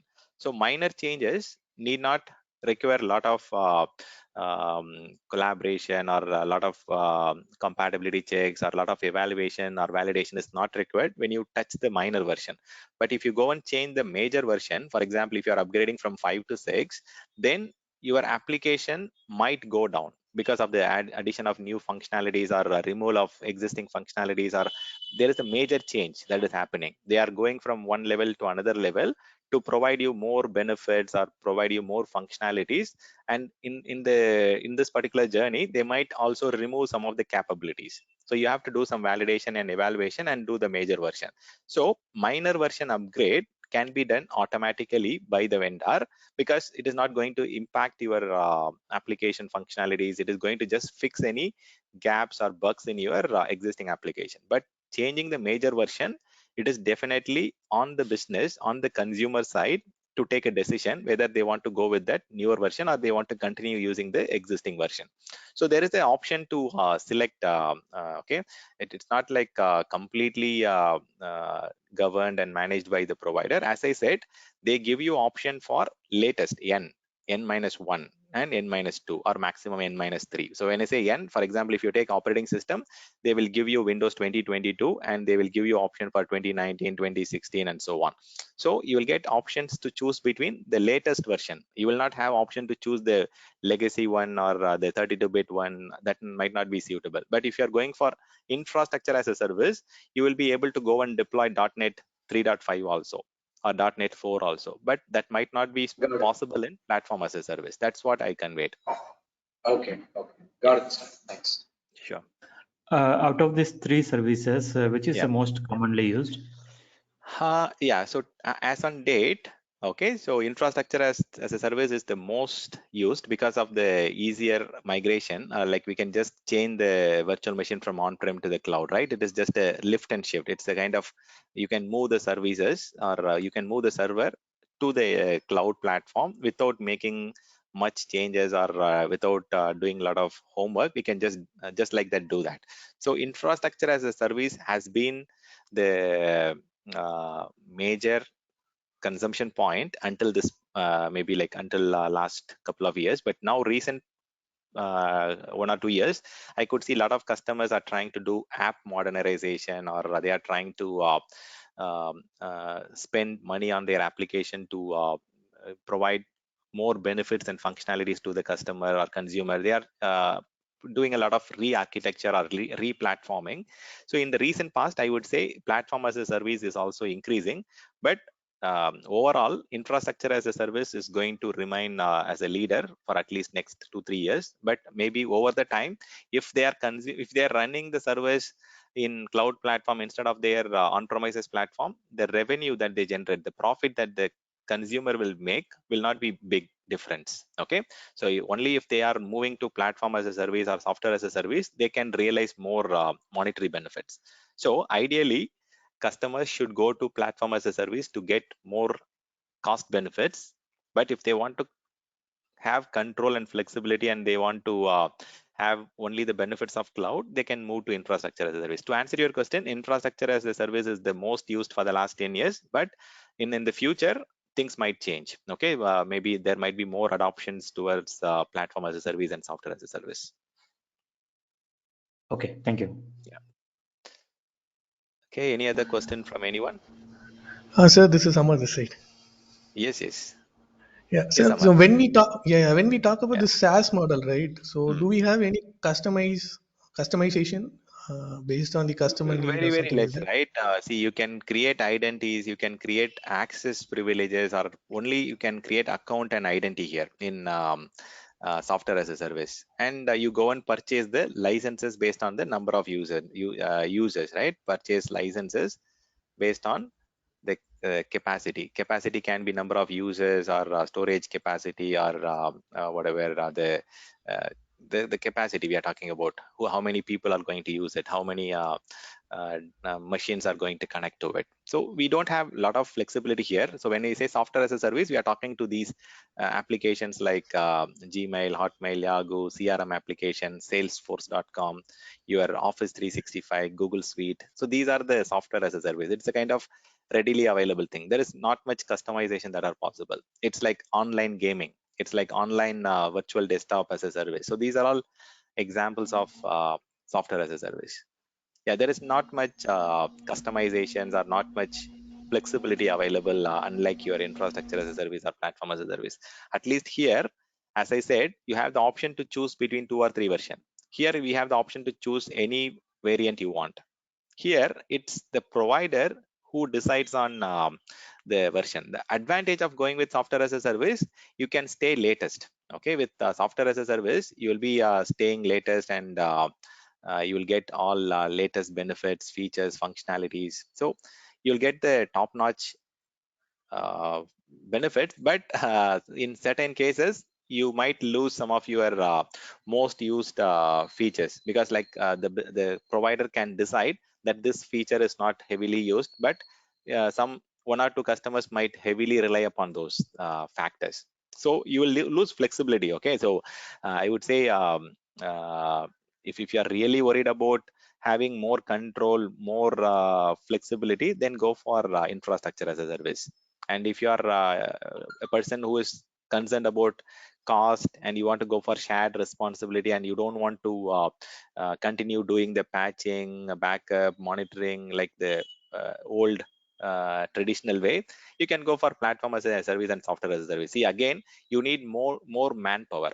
If you are going for infrastructure as a service, we need system administrators, we need developers to handle the environment. If you're talking about platform as a service, you can handle this environment just with developers. You just need programmers or developers to maintain or to manage your application code, because in platform as a service, we are only maintaining the application and its respective code and data. We don't manage the platform here. Okay, it's less headache for the business. See, for business, why they need to spend money on system administrators and patching and backup and monitoring, configuring, alerting, creating design and availability and all those things. So they want to outsource everything. So they want SLA of 99.995 or SLA of 99.99. So that is the only thing that they talk to the vendor. I need this much SLA. I want these many users to connect, and I want this much capacity. So it's very simple to do business here, right? In software as a service. So it depends on case to case. Not all the business requirements might fit SaaS model. Not everything will fit into PaaS. Some customer might go for infrastructure as a service, some might go for platform as a service, and some might go for software as a service. It depends on the level of control, level of flexibility, the amount of cost that they want to do, and their infrastructure or their legacy application compatibility. All those things matters. Okay, it depends on the compatibility of your application and the flexibility that you need, control. Based on these business drivers, based on these decision point, you can choose which service model you want to go with. Okay, you're clear, or any more questions on this? No, I got it. Thanks. Okay, perfect. So let's move on to deployment model. Deployment model is primarily categorized into 4 types based on the location we are running this cloud service. Okay, so people always think when we talk about cloud, they always think about public cloud, which is available for all general public. So it's not that we have got only one option, we have got multiple options. See, for example, uh, in cloud, there are some certain characteristics that make up the cloud. Okay, for example, as I said during the benefit, we have one single portal for everyone in the customer environment. Either it is a finance admin or HR or developer or system administrator, they all log into one single console, right? So that is the primary attribute or primary characteristics of cloud. So we have one single console that will manage everything. So it's one single sign-on portal with self-service. You can go and request for a virtual machine, or you can go and request for this much amount of capacity. So you can just log into one portal and request for the resources that you need. Okay, so that is the primary attribute. So you need everything on demand. That is what the definition also says here, right? You want things on demand. You don't have to wait for delivery, procurement, approval, all those things. So if you want some capacity or server or whatever, you want it on demand immediately, right? So the single sign-on portal or self-service portal is the primary characteristics of cloud. And on the back end, you need not go and wait, or you need not go and do anything for preparing the server, for creating the compute space, or provisioning the network port, or provisioning the storage capacity.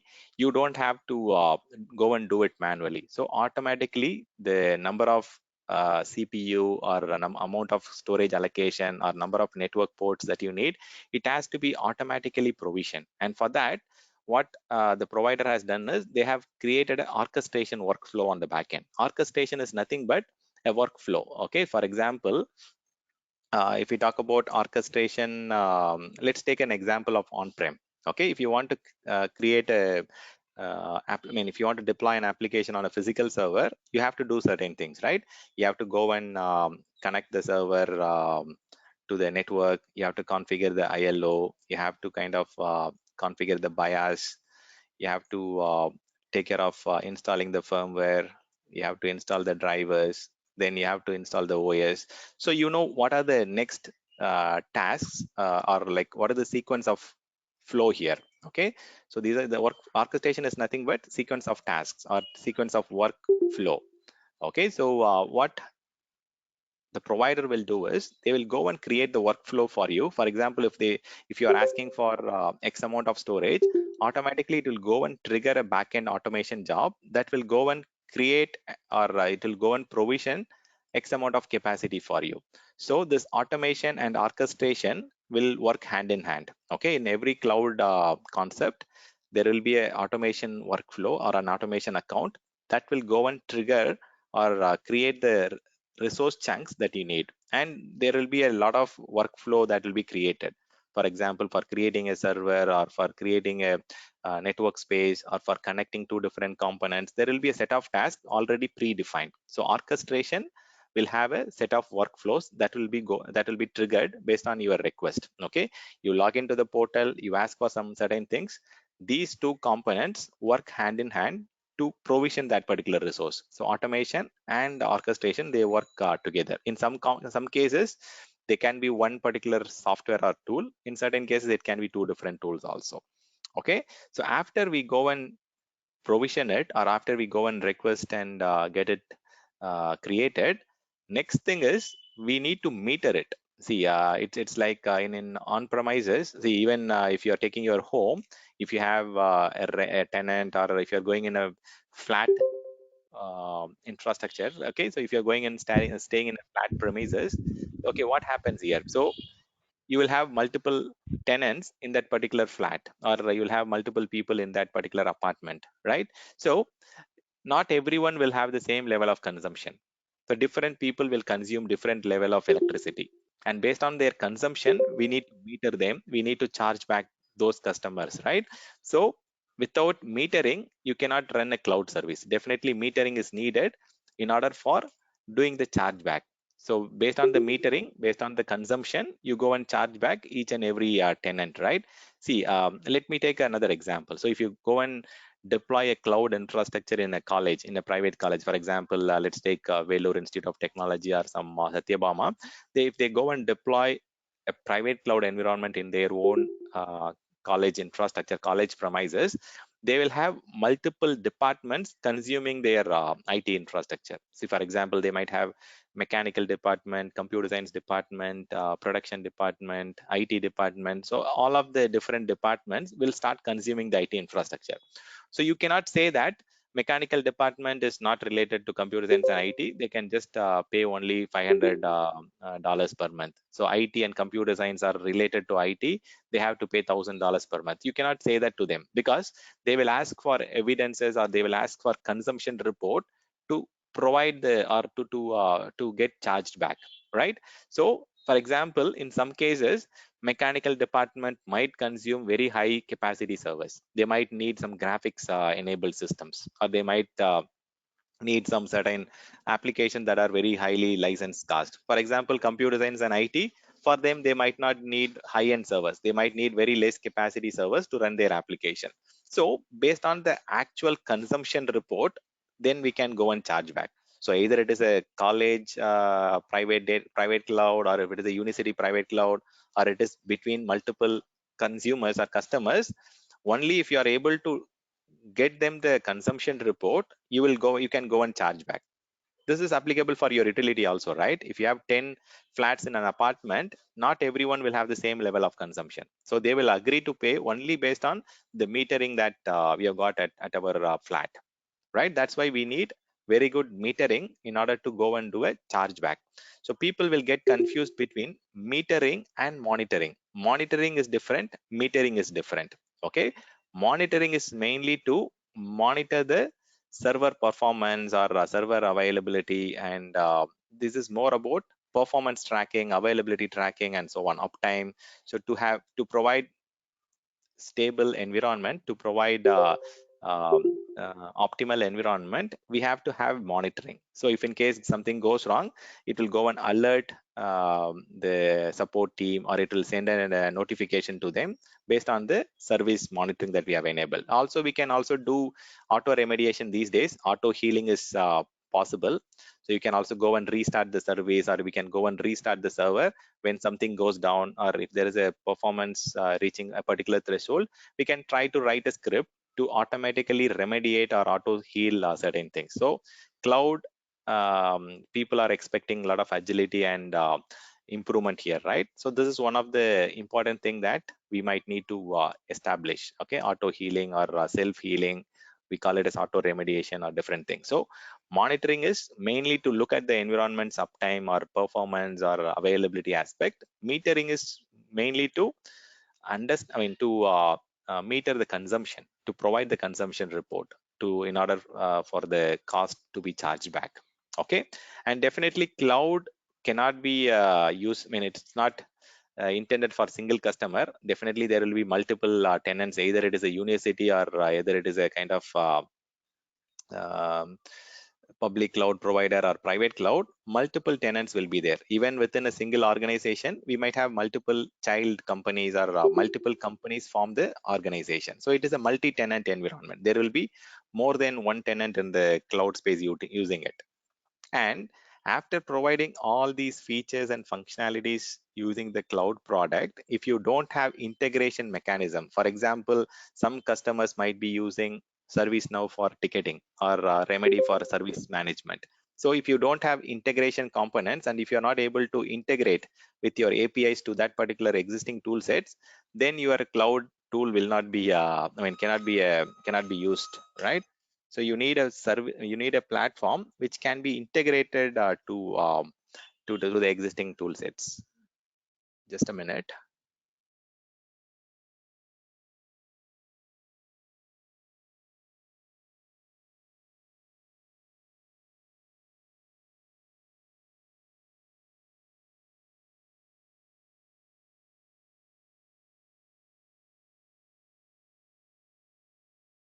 Sorry guys. So see, these are the important aspects that make up the cloud characteristics. So when you say I have a cloud environment, these are the minimal features and functionalities that should have to be there.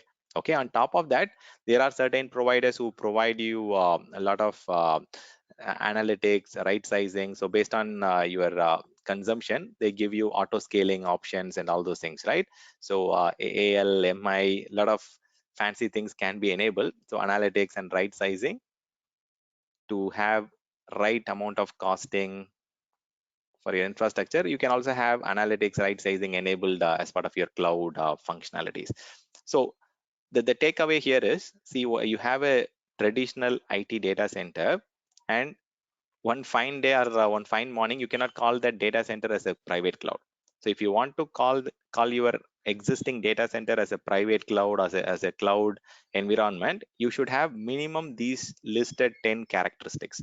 If these characteristics are enabled and available for consumption, then you can call your server room as a private cloud, or your data center as a private cloud. These are the minimum characteristics that need to be enabled. So how we can enable these functionalities, features in your existing data center?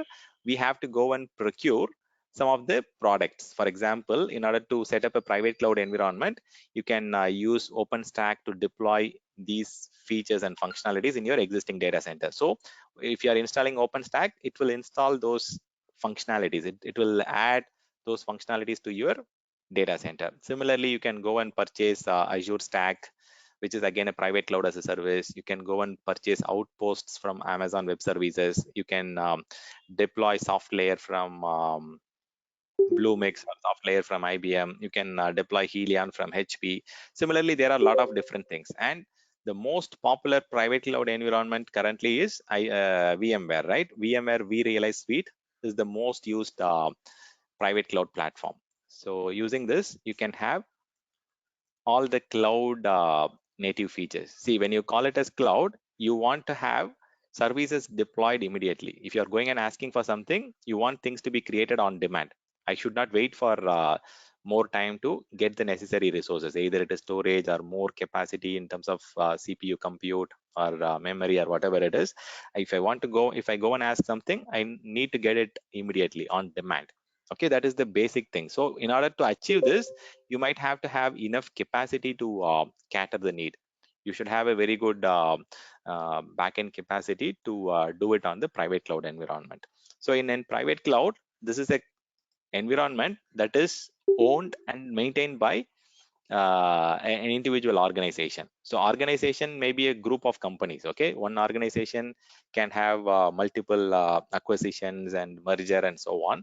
So if you look at Microsoft, for you it might be one single company, but in the past, in the last 10-20 years, they might have purchased or procured 20-30 different large companies and hundreds of small organizations. So private cloud is mainly for a specific organization. It's dedicated to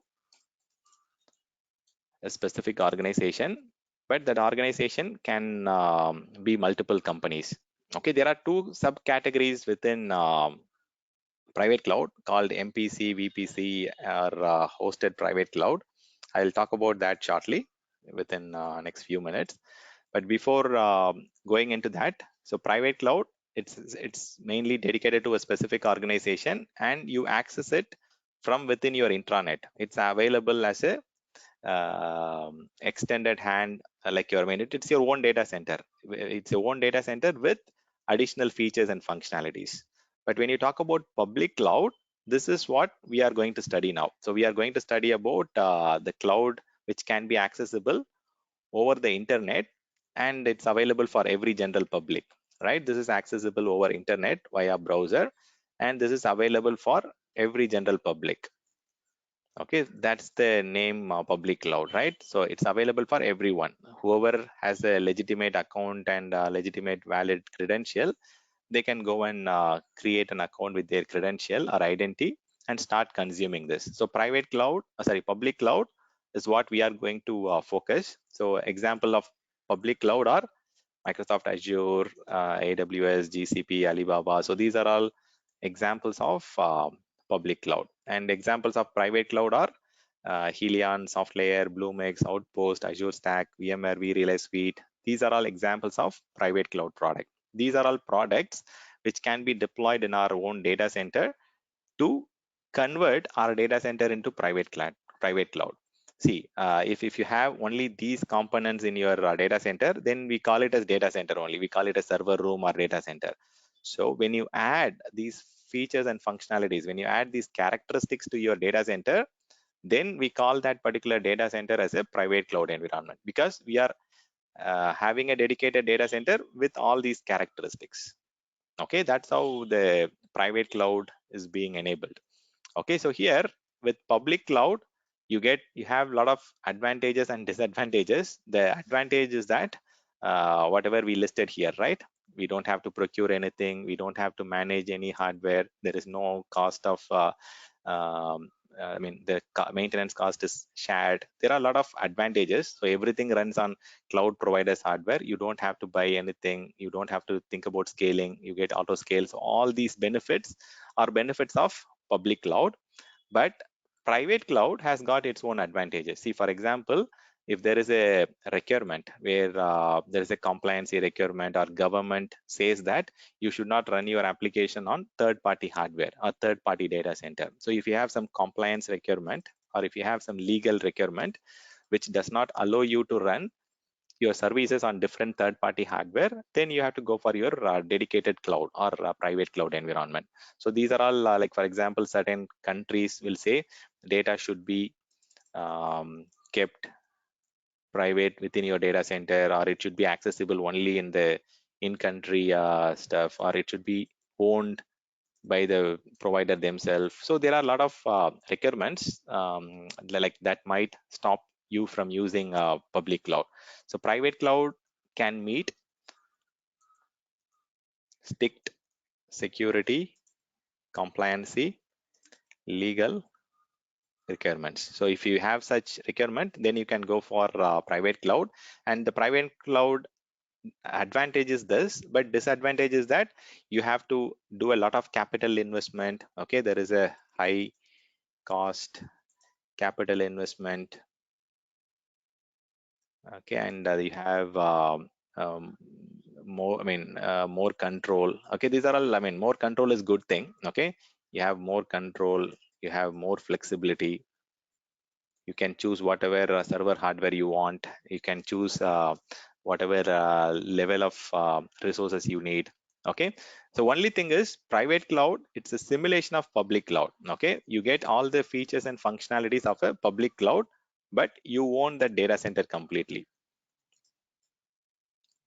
You feel like all the functionalities in the public cloud are available, but it's your own environment providing the same kind of features and functionalities as that of public cloud. Okay, private cloud, it's your own on-premises data center with public cloud functionalities or public cloud characteristics. Okay, any questions so far on this, the comparison between public and private cloud? Okay, if not, let's talk about the hybrid cloud. Hybrid cloud is the combination of, so you guys are able to hear me okay, right? Yes, Dan. Yeah. Yes, Dan. Okay, perfect. Yeah, sure. So it's a combination of private and public. As usual, whenever there is a term hybrid or whenever there is a term mixed, it's a combination of private and public. So what are the use cases that we can have hybrid cloud? For example, majority of the organization, they want to have the data sensitive stuffs on the on-prem. Okay, and they want to allow the front end. Okay, for example, the web access or what we call the front end access alone on the public cloud. Okay, so the databases and the application might be running on premises, but the front end web or the front end load balances and all those things might be hosted on public cloud, so that their data is safe on their own data center, and they can be safe and secure. So some use cases have front end in public cloud and back end in okay, so back end in on-prem, like databases and application. Front end will be hosted on public cloud. This is one of the use case, and some people are using it for data storage. Okay, so for what we call for disaster recovery or for auditing purpose or for long-term archiving, they go and store the content in the public cloud, and so that they can recover it anytime they want. In public cloud, you can store data for hundreds of years. Okay, so they are using data storage, public cloud as a data storage location. So their primary copy will be in on-prem, but their archive copy will be put in public cloud so that they can access it anytime. And similarly, there are customers who are deploying the active servers in on-prem. Only there is a need. Okay, when the on-prem goes down, they will have a passive server in the cloud. So they are also setting up disaster recovery DR concept using on-prem and public cloud. They will have one server running on their own data center. The secondary server, which is passive server, might be running on the public cloud. Certain cases, there are people who are running active concept also, like for business continuity or cloud bursting. They have both the systems up and running. So cloud bursting is nothing but, okay, suddenly like during the Monday morning, you might need more capacity. So that time alone, on Monday alone, you can have 5 servers running on cloud. And if the business is coming back to normal on Tuesday, Wednesday, you can just have the number of servers reduced on the public cloud side. So based on the business requirement to continue your business with the optimal conditions, you can have servers running on on-prem as well as cloud. Okay, so suddenly like there is an expansion requirement or there is a sudden marketing sales or whatever that is happening. Okay, you can expansion based on demand can be done on the cloud side. Okay, that is what we call it cloud bursting. Okay, so based on the demand, you will add more servers and reduce servers on the cloud sites, and you will continue to run the active servers or one or two servers in your on-prem itself. Okay, so some people also do some kind of tiering. Okay, so for example, even the application and the web layer will be running on public cloud. Only the databases might be running on the on-prem. Some customers are doing that. So for example, some medical data, the medical databases, they have a very stringent policy that the database should have to be hosted on their own data center. So in such cases, only the web and application layer, which is non-data sensitive, will be exposed through the public cloud. So there are a lot of customers who use mix and match of public and private. Okay, for data storage, for disaster recovery, for business continuity, for doing cloud bursting based on the year-end sales or some year-end processing of their data. So only for certain use cases that they are expanding into the cloud, and they will reduce the servers when they are not needed. Okay, so they have a mix and match consumption. So mix of private and public is called hybrid cloud. Okay, the last one is called community cloud. This is targeting a specific community. For example, Azure is providing government cloud. Similarly, AWS is providing government cloud. Okay, so US government, they don't want to run it in the public data center. Instead, they want their own specific data center to run their services. So Microsoft has created a separate cloud environment called government cloud or gov cloud for their specific need. Similarly, like there are some locations, for example, Azure Germany, they have a very strict policy that the third party company cannot own a data center, or they cannot run a data center in a particular country like Germany, China. They are all having a lot of restrictions. So you cannot go and purchase a real estate, or you cannot go and own a real estate in these countries like China, Germany. So what they generally do is they go and have a tie-up. For example, in China, Microsoft have got a tie-up with 21 Vianet. Okay, they are the number one network provider in China location. So 21 Vianet owns the real estate. They actually give the network backbone, but the data center components, the infrastructure, storage, server, all these components are owned by Microsoft, but the real estate is in the name of 21 Vianet. So for meeting the legal compliancy, they are having such tie-ups. But this is a separate cloud data center location. This is not Azure public, so we call it as Azure.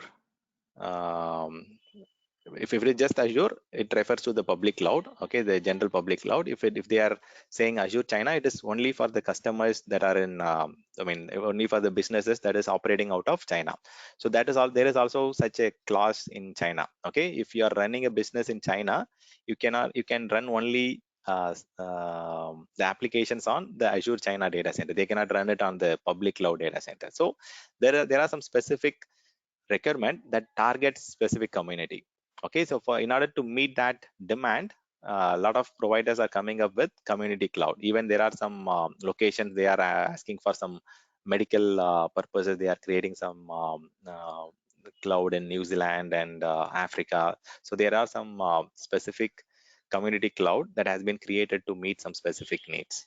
Okay, so this is for specific community. And within private cloud, there are two sub components. So one is called managed private cloud, and the other one is called virtual private cloud.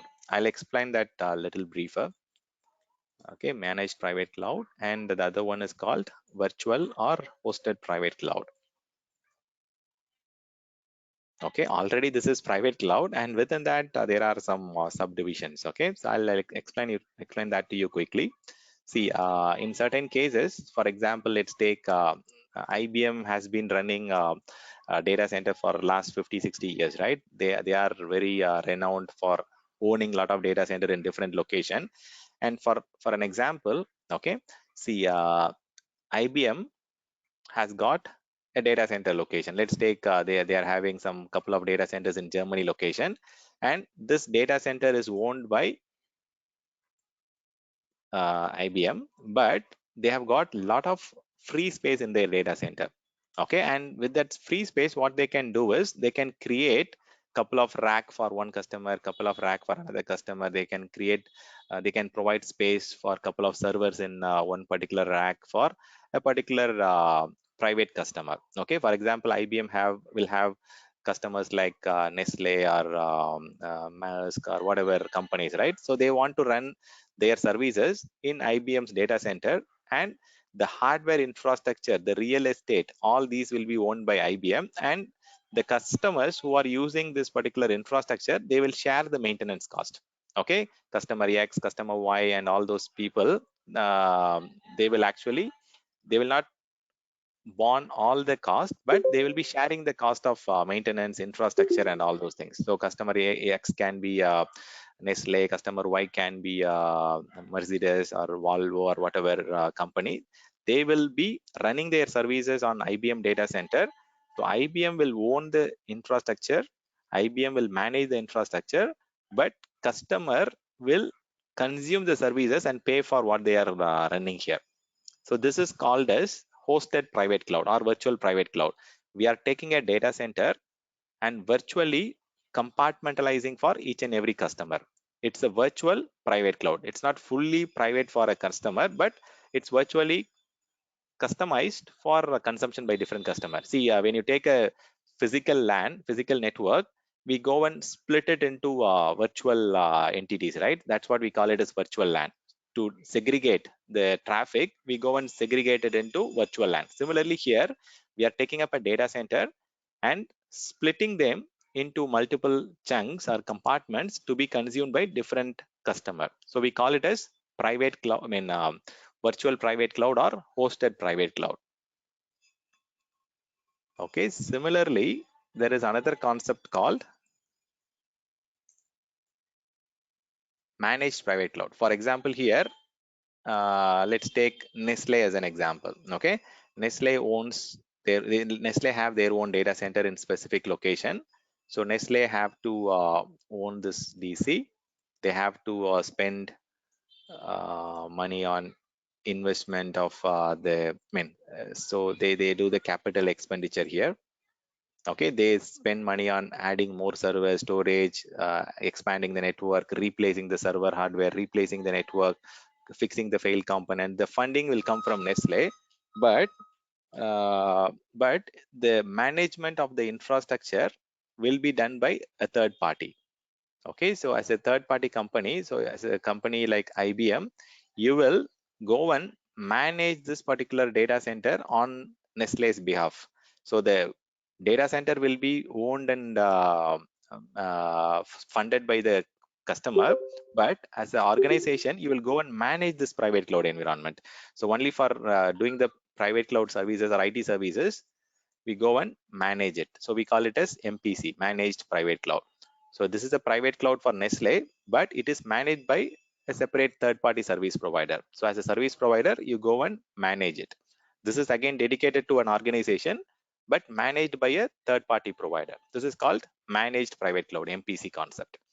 Okay, in MPC concept, in both MPC and VPC, these are all explicitly available only for dedicated customer, but there are two use cases. In this use case, the customer owns the data center, the funding of the infrastructure will come from the customer, but the IT management, the processes, the framework of managing this landscape will be done by IBM or TCS or whatever company who is managing it. It's a private cloud managed by third party. So that is why it is called managed private cloud.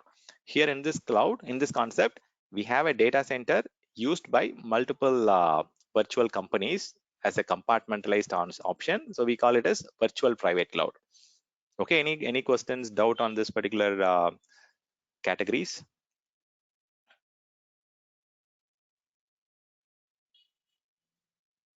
Okay, I'll take that. Stan, I have one doubt. Yeah, go ahead. Stan. Yeah, sure. Stan, you in the hybrid cloud, you mentioned a term called tiering, right? So tiering, The term tiering is for web on the front cloud and data, especially on the on premises. That term is, so this concept is called as tiering, right? Yeah. Okay. So yeah, that is true. So see, you're keeping your web layer on public cloud, and again your app layer on app middleware on maybe it depends on case to case. It can be on public or private, and your database will be on private cloud environment, your own data center. Okay, sometimes the application or web layer can be given, taken as a software as a service. So it depends on case to case. So you are right. So it's like tiering is having different layers on different cloud. Thank you, Stan. Okay, Yeah, sure. okay, sir. So in this case, then how about the data accessibility? Will it be very fast Yeah, or? see, the way you have to set up, see, one second, let me do it. Let me explain it. Yeah, your question is right. You should have a reliable private connection network between private and public cloud. Otherwise, you will have a lot of So latency. yes, so Yeah. basically when we have an on-premise setup, we have a 10 gig connectivity or 20 that is based on the customer Yeah. need. So Yeah, here in direct connect circuit these days, it is available for 100 Gbps also. Okay, so you have 100 Gbps speed connectivity options available through express route circuit. So we call it as direct connect in AWS. Here in Azure, we call it as express route, which can be up to 100 Gbps circuit to connect public on-prem data center, which is private cloud, and the public cloud. So definitely we need to have high speed connection in order to have seamless performance, or like in order to achieve the same level of performance. So you need to have dedicated circuit. That's the thing. Okay, so dedicated connection is needed in order to achieve the better speed. Yeah. Okay, guys. Stan, So is it like DNS? Like if it is a private cloud, we will be like setting like separate DNS, and we will be like using the DNS for login by the domains and other things, right? yeah, For so there the are some private cloud. concepts which we will discuss little later, Manju. So we have called something called private DNS and public DNS zones, which can be used for different purposes and for connecting different components. So there are options how we can establish connection using DNS method or using IP method or different methods. But yeah, so we'll discuss that little later. But for now, we are just discussing very basics of cloud, right? I mean, the general basics. What is cloud? What are its benefits? We are just touching um, uh, basics of cloud. We are not even touching what is Microsoft Azure today. Okay, we are just discussing what are the different things or terminologies. What are the different terms that you will hear? Okay, so we are just discussing those things. So far we have discussed cloud benefits, service model, deployment model, and the characteristics that make up the cloud. If you are having all these features and functionalities, we can call this environment as a cloud. Okay, otherwise you cannot call that as a cloud. Okay, let's move on to, definitely there are disadvantages in cloud also. Okay, just give me a minute. Okay, I'll just take some water and also I'll take a call here. Okay, one second.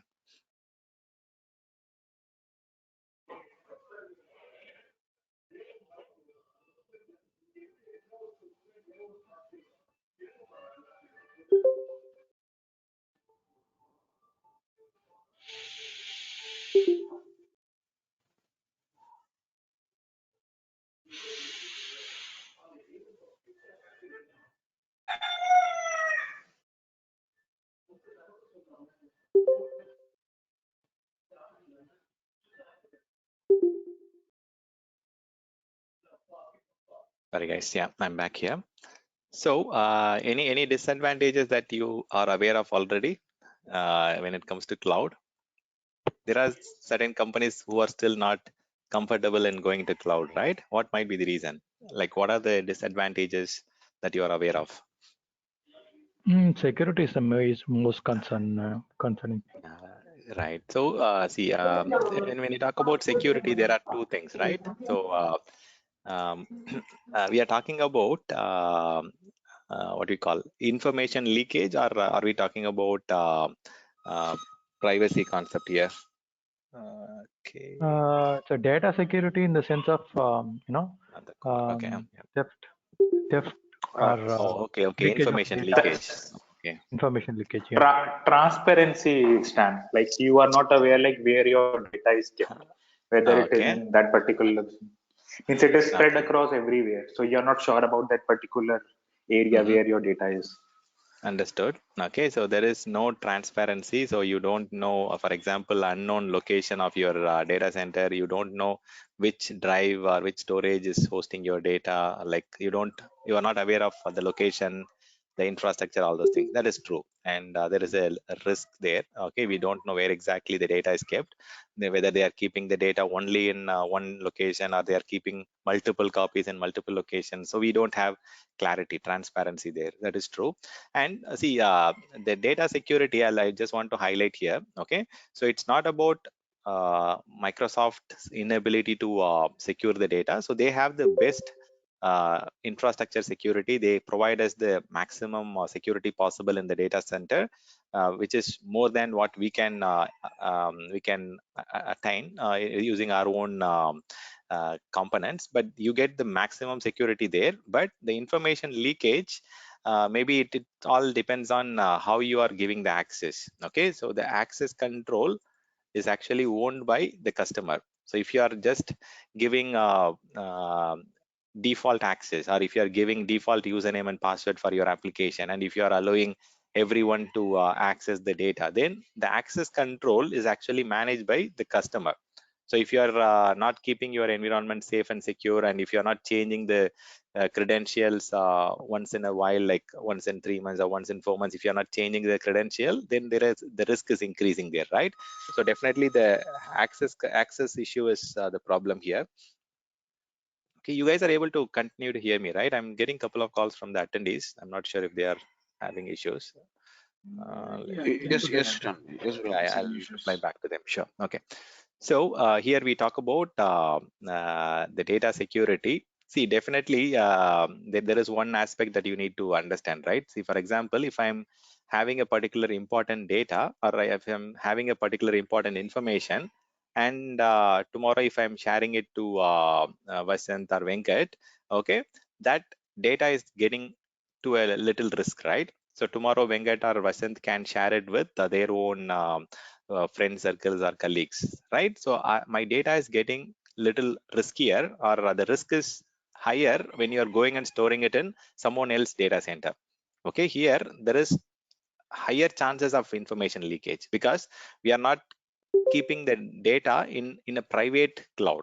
Okay, we are not keeping the data in a intranet. We are not keeping the data in a data center where only you have got access. Here we are going and storing the data where even a third party company, where even your competitor also has got access to the public data center.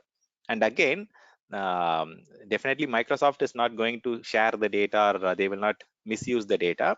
It is us, we have to be very careful on how you give access. See, for example, in your on-premises, if you are giving a default username and password, only your company's user will be having access. For example, if you are exposing this particular security weakness in the public cloud environment, then your data is at a very higher risk. It can be accessed by anyone in that particular data center location or through the public internet.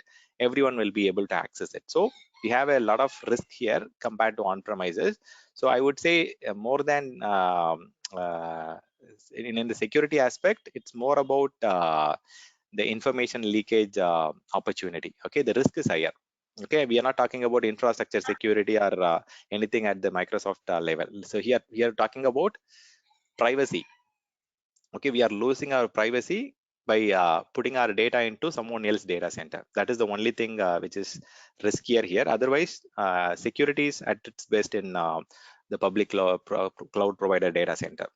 Okay, and what are the next areas which you feel is disadvantage? Maybe if the internet gateway or network is down, Yeah, we have the a access high to the dependency on the network, especially the public internet network. We have a high dependency. If the network backbone, if you don't have a redundant network backbone, or if the backplane is not properly configured for redundancy, then definitely we have a very high risk. So, and again, on the same line, we might have to spend more cost on the network infrastructure. So if you want to have more redundancy, or if you want to have high bandwidth, you have to pay more every month. So the network cost might increase because you are accessing it over the internet channel, or you are going and creating a direct connect circuit where you have to pay monthly bill. Because like if you need reliable network connection, then you need to invest more money, and you have to have multiple connection. Okay, yeah, network is very important. Network plays a major role in the cloud, so we have a high dependency there. Yes. What else? Maybe some services bug, like this Amazon cloud faced last month, where Yeah, existing so there are some environment is yeah, fine. correct. Yeah, we have some unpredicted outages. Okay, so I mean it's available in both on-prem and cloud. Okay, so because all of them are IT hardware or electronics thing, definitely everything is prone to failure.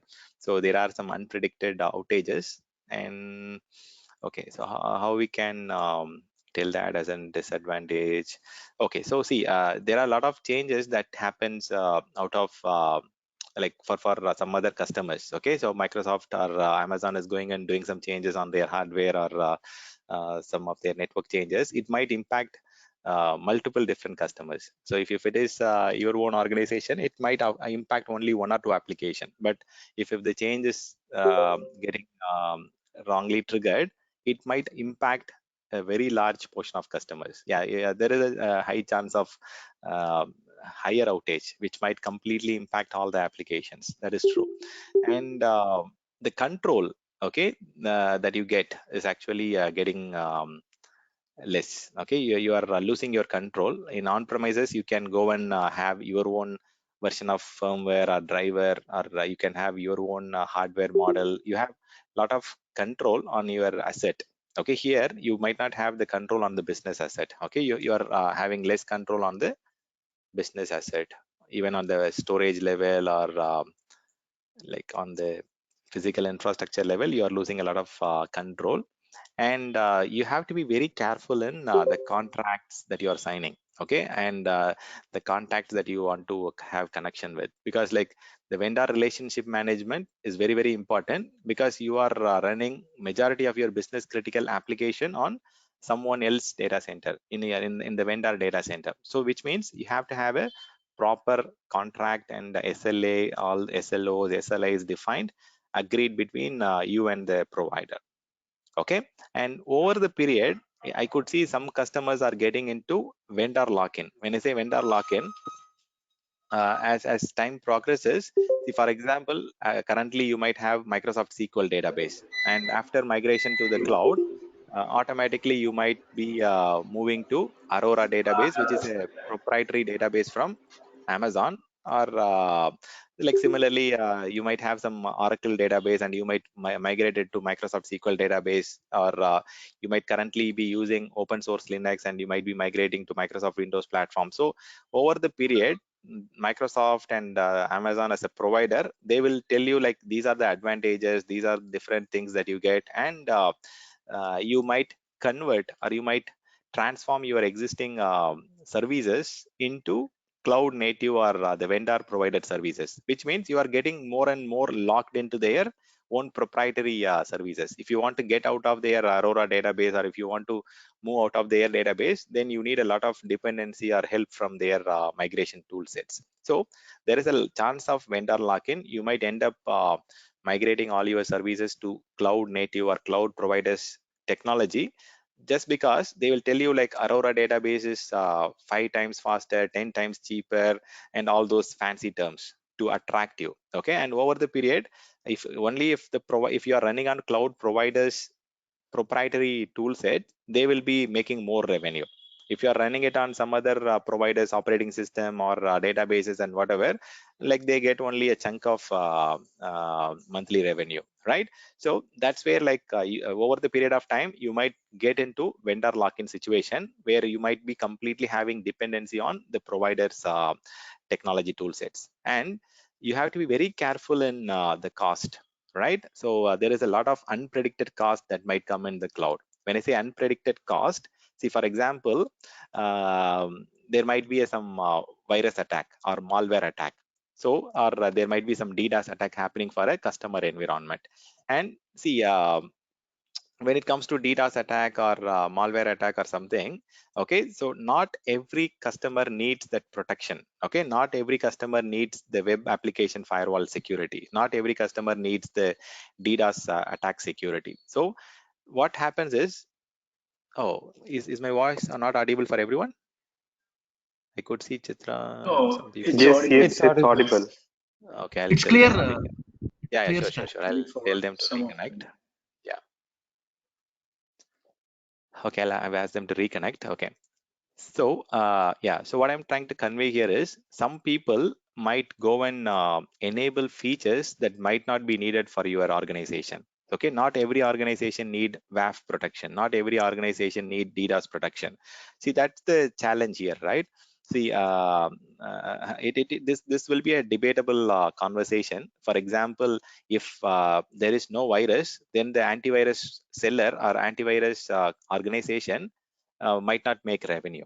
Okay, there are chances that even the antivirus organization might prepare the viruses to get more revenue, right? So it's a kind of business. Okay, everything is a business. Like how the pandemic is spreading, people are claiming that the medical industry has started all these things. Like the machine, like the computer systems, virus is needed to make revenue on the antivirus side. Similarly, a virus is needed to make revenue on the medical pharmaceutical industry, right? So here we need to be very careful in enabling the features or enabling the functionalities. If your organization, you have to evaluate, you have to talk to the application owner, you need to talk to the business owner, understand whether they really need that feature. If you go and enable a specific feature, it can be enabled in a matter of second, but it might add $1,000 of revenue every month for the consumer. Okay, just because your I mean another company is enabling this particular feature to protect their workload, you need not go and enable it. Okay, you need to do some validation, pre-checks, customer has to approve it, and then only you can go and enable specific features. So enabling features will add more cost in cloud, so you have to be very careful. You have to analyze, validate before enabling anything.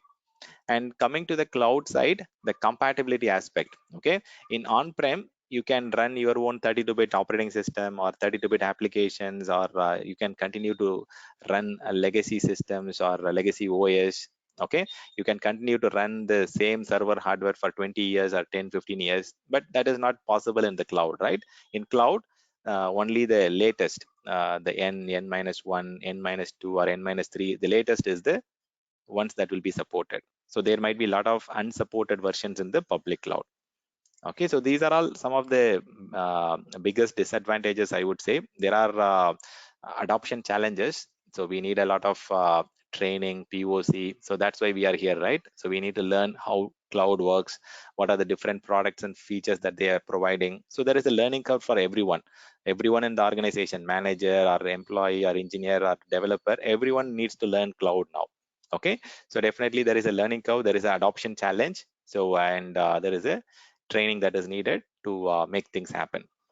Okay, so these are all some of the top 10 disadvantages. We can keep listing. For example, there is a lot of dependency on browser, and there is a lot of challenges on the compatibility aspect. So we can add more, but I don't want to increase the number of disadvantages more than the advantages. You might start feeling there is a lot of challenges there. So these are the top 10, I would say. Okay, any other questions or any other points you want to add in the disadvantages? Reportability. Would it be Reports, you will get more fancy reports in public cloud. What is the other point? I did not hear it properly. Portability, maybe we want to switch to another cloud.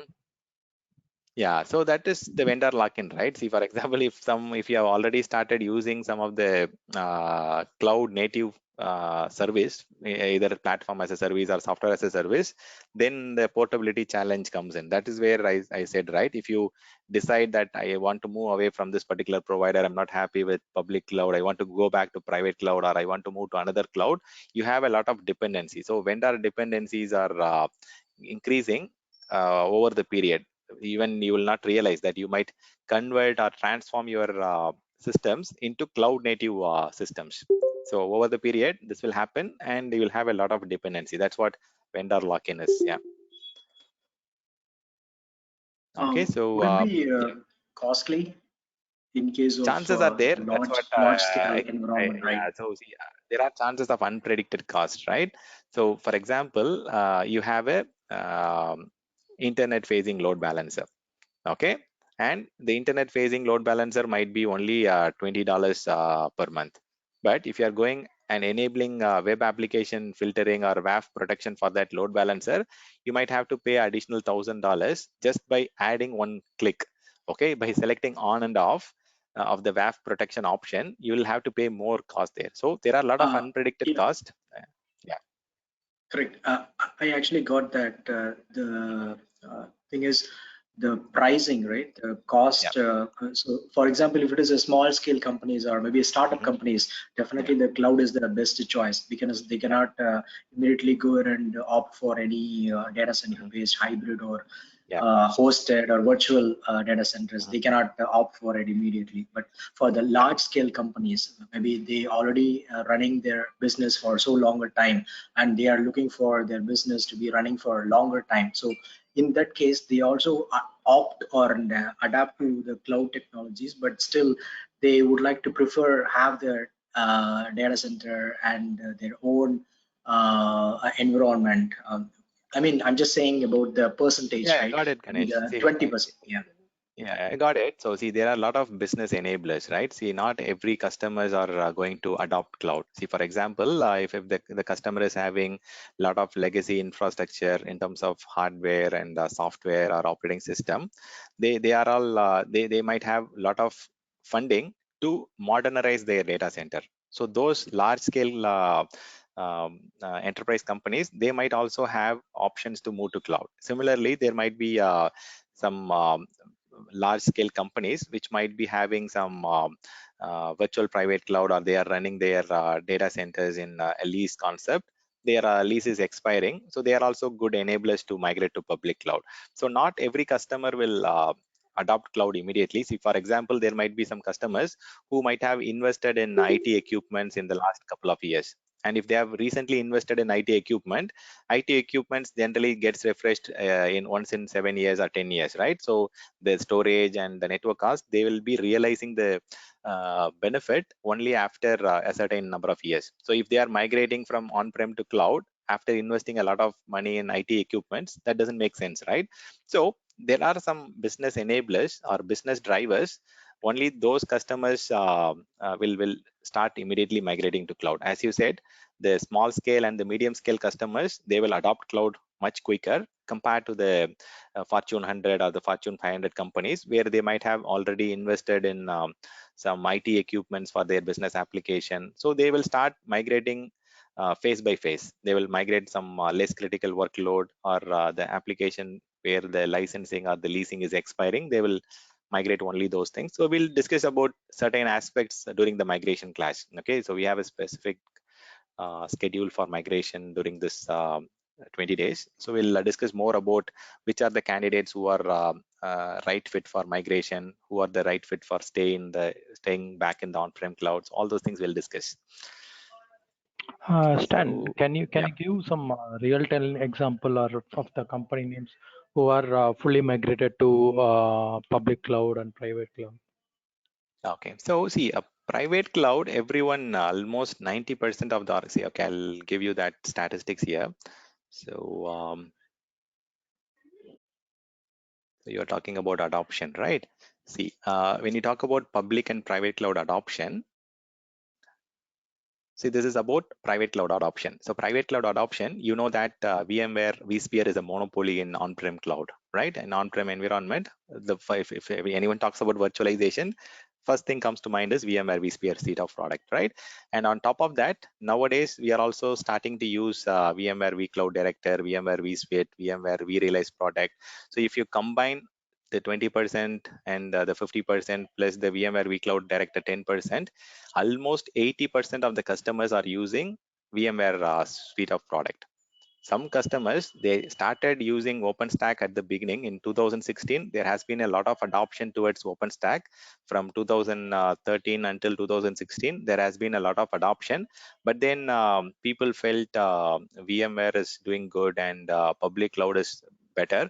They started going out of that OpenStack adoption. Okay, so a lot of private cloud adoption, either it is HP Helion or a lot of third-party OpenStack solutions, they have started closing it down. Okay, now if you like slowly again, it is growing up because after the IBM Red Hat merger, so like OpenStack technologies are being again grooming, but still like it's only 30%, I would say. Okay, even after 2021, it still has not reached 30% mark. So in the private cloud space, VMware is a monopoly, and there are some customers who are adopting AWS Outpost private cloud, and similarly Azure Stack, Cloud Stack, but those are all less than 10-15%. Okay, one customer might have VMware and AWS Outpost. One customer might have VMware as well as Microsoft Azure Stack. So that's why the percentages might not sum up to 100, but these are the adoption level. Okay, let me show you another case. So when it comes to public cloud, okay, so as of now, you can see AWS. Okay, this is data as per 2019, end of 2019, but this might have slightly changed. Okay, so AWS had 60% of the customer base utilizing their public cloud platform. 16% were experimenting at 2019, and 7% had plan to use AWS. Similarly, Azure platform, you can see 52% were using, it's neck on neck here, right? Not much difference. And if you look at here, 16% were experimenting and 9% were planning to use in 2019, which means like in the last 3-4 years, Azure had at least 2 to 3% additional adoption over AWS. That's why many people are trying to get themselves hands-on Azure platform in the recent past. After 2014-15, Azure had a lot of adoption, experiment, and usage. Okay, Google Cloud, they have a very high customers planning to use it, experimented because of their stability that they have seen in the Google Suite. Okay, Google Drive or Google Mail, it has been very reliable. So some customers, they are also planning to use Google Cloud platform, but it is not heavily used as on date. Okay, so 60 to 65% it is on Amazon Web Services, close to 60% in 2021 it's on Azure, and close to 20% it's on Google Cloud Platform. So remaining the third-party public clouds like VMware Cloud, IBM, Oracle, they are also having close to 10%, not beyond that. Okay, and you can see the adoption rate for Microsoft Azure. From 2016, they were only 20% in 2016, and in 2014 they were only 10%. Okay, and they have got a very significant growth, and they are very close to 55, 56% in 2021. Okay, the adoption rate is very high after Satya Nadella took over the Azure portfolio, the cloud portfolio. Okay, so it is like very quickly growing, and the other clouds, they are less than 10-15%. Okay, so let me come to the other area which you asked. Okay, so you asked about the specific companies, right? So we have a lot of different organizations who are providing services. Okay, so you are all going to work on the service provider organization mostly, so we don't have to get too much into the end business or the end customer, but rather we'll talk about which organizations, which service provider organizations are doing good on infrastructure as a service professional project delivery and managed services project delivery. So there are different organizations. So as of 2020, you can see these organizations are already in leader segment, which means they've got almost all the industry segment covered. So either it is manufacturing or automobile or pharmaceutical or finance industry. So only if they have different consumers or different customers that they support from different industry vertical, they can be considered in leader segment. So challenger segment is only companies which has got only niche customers. For example, they might have only financial customers, they might have only pharmaceutical customers, or they might have only a certain portion of customers. So in 2020, February 2020, this was the situation. Okay, so Deloitte and Accenture are the leaders, and Capgemini, TCS. So these companies were actually doing good. They are still doing good in the market.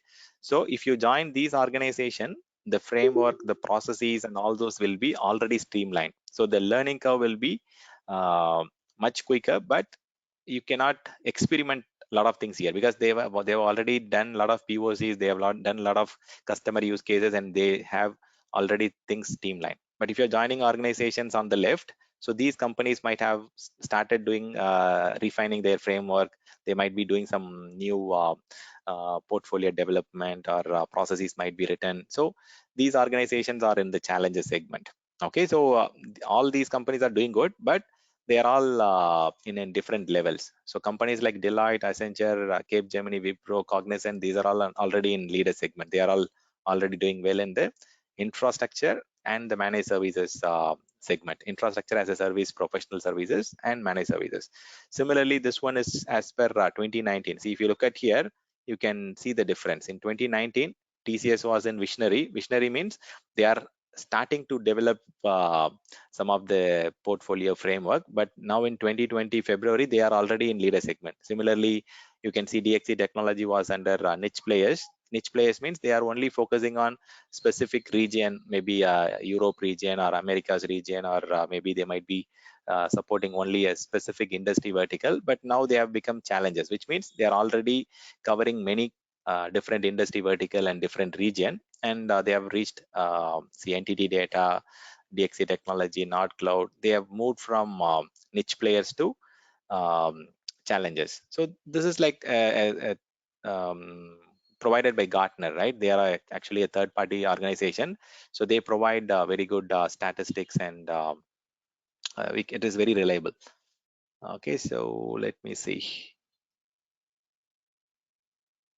Okay, again, all these data, the takeaway is that Azure has been doing very good year on year from 2015, and AWS has got the major chunk of the customer since last 13-14 years. So AWS started in 2005 itself, right? And in 2010-11 itself, they had more than 50% of the customers are experimenting or using public cloud. But Azure started in 2010, but their increase in customer base happened in 2014-15 timeframe. Okay, does that answer your question? Are you able to understand which companies or which service provider is doing how in different areas? Very well, Stan. Yeah, very well, Stan. Thank you. Yeah. So if you look at here, again, this is more about the public cloud area. Okay, in the public cloud space, Amazon is the leader. So Microsoft is not very behind. So maybe 65% compared to 60% of the customers' utilization or adoption. And if you look at here, these are the definitions. Okay, leaders means they are executing their vision very well. They are the giant in that industry. In the public cloud space, these are the three giant, and maybe like 60, 50, and 10-20% customer base. And these are all niche players. Okay, niche players means they are highly focused on small segment. Maybe Alibaba is focusing only on Asia market or Asia region. Oracle is focusing only on their database customers or only specific set of customers. IBM is only focusing on their existing private cloud customers. Only they are focusing on those companies. So there is no challenges at all. That is very interesting fact here. So challenges means they understand the future market. They are very well doing towards the leader segment. Okay, so if you look at the other slide here, so companies like NTT Data, Nord Cloud, and DXC Technology, they have understood what is needed. They have understood the future market. They have a very good vision, and they are moving towards the right area. Okay, so and again, challenges, they have a very large segment customer, very big customers. They will be considered as challenges. So if you look at the revenue, Microsoft revenue will be higher because they have got Office 365 on top of Azure. So Microsoft Commercial Cloud covers Azure, Office 365, CRM, all the public cloud offering, right? So definitely they are the leader. Even now, they are the leader. So they have got around almost like 1.5 times revenue than Amazon recently. Recently, Microsoft CEO took over the first place, right? And Amazon CEO was the number one for 5 or 6 consecutive years from 2009 2009 or 2010 until 2015. From 2017, Microsoft Commercial Cloud CEO took over the leadership in terms of the annual revenue. Okay, so these are the annual revenue that different organizations are making. Okay, and you can see IBM has got a good chunk. Oracle, even though they are having niche players, but still they are making at least half the revenue of the public cloud providers. Okay, so with that, we have discussed the basics of cloud and whatever we plan to complete today. So we talked about Stan, what is cloud. Go ahead. Yeah, sorry to interrupt you, but I'm having one question. Probably you might think it will be a silly one, but still I thought to ask it. Yes, So the question is like, see, if I'll take a stable workload, okay, if I'll take a stable workload, then in coming 7 years, if I take a duration of 7 years and a stable workload, so at that moment of time, having an on-premises environment is better or having a cloud environment is better in terms of operational cost Okay, see, with a stable workload. yeah, I got it. So see, it all depends on your consumption model, right? For example, your stable application, currently, if it is already a global application, you might have to provide maintenance infrastructure, manpower in the global space. But if in case you are utilizing public cloud as a hosting platform, you have the global reach. You have the option to run it, consume it from different location, geographical location. But if your application is specific to a specific country or a specific customer, and you have a one data center and it's stable, then you don't have to touch it because it can continue to run without any challenges. And again, it all depends on the availability requirements, how many consumers are accessing it, whether there is a when you say stable, it's not just about the application stability, right? Even the customer base might increase. We have to think about the roadmap. If there is a lot of increase in customers and you need to have better availability and sustainability, then you have to weigh between whether you want to continue in private cloud or public cloud. Yeah, there are a lot of factors. That's what we discussed at the beginning, right?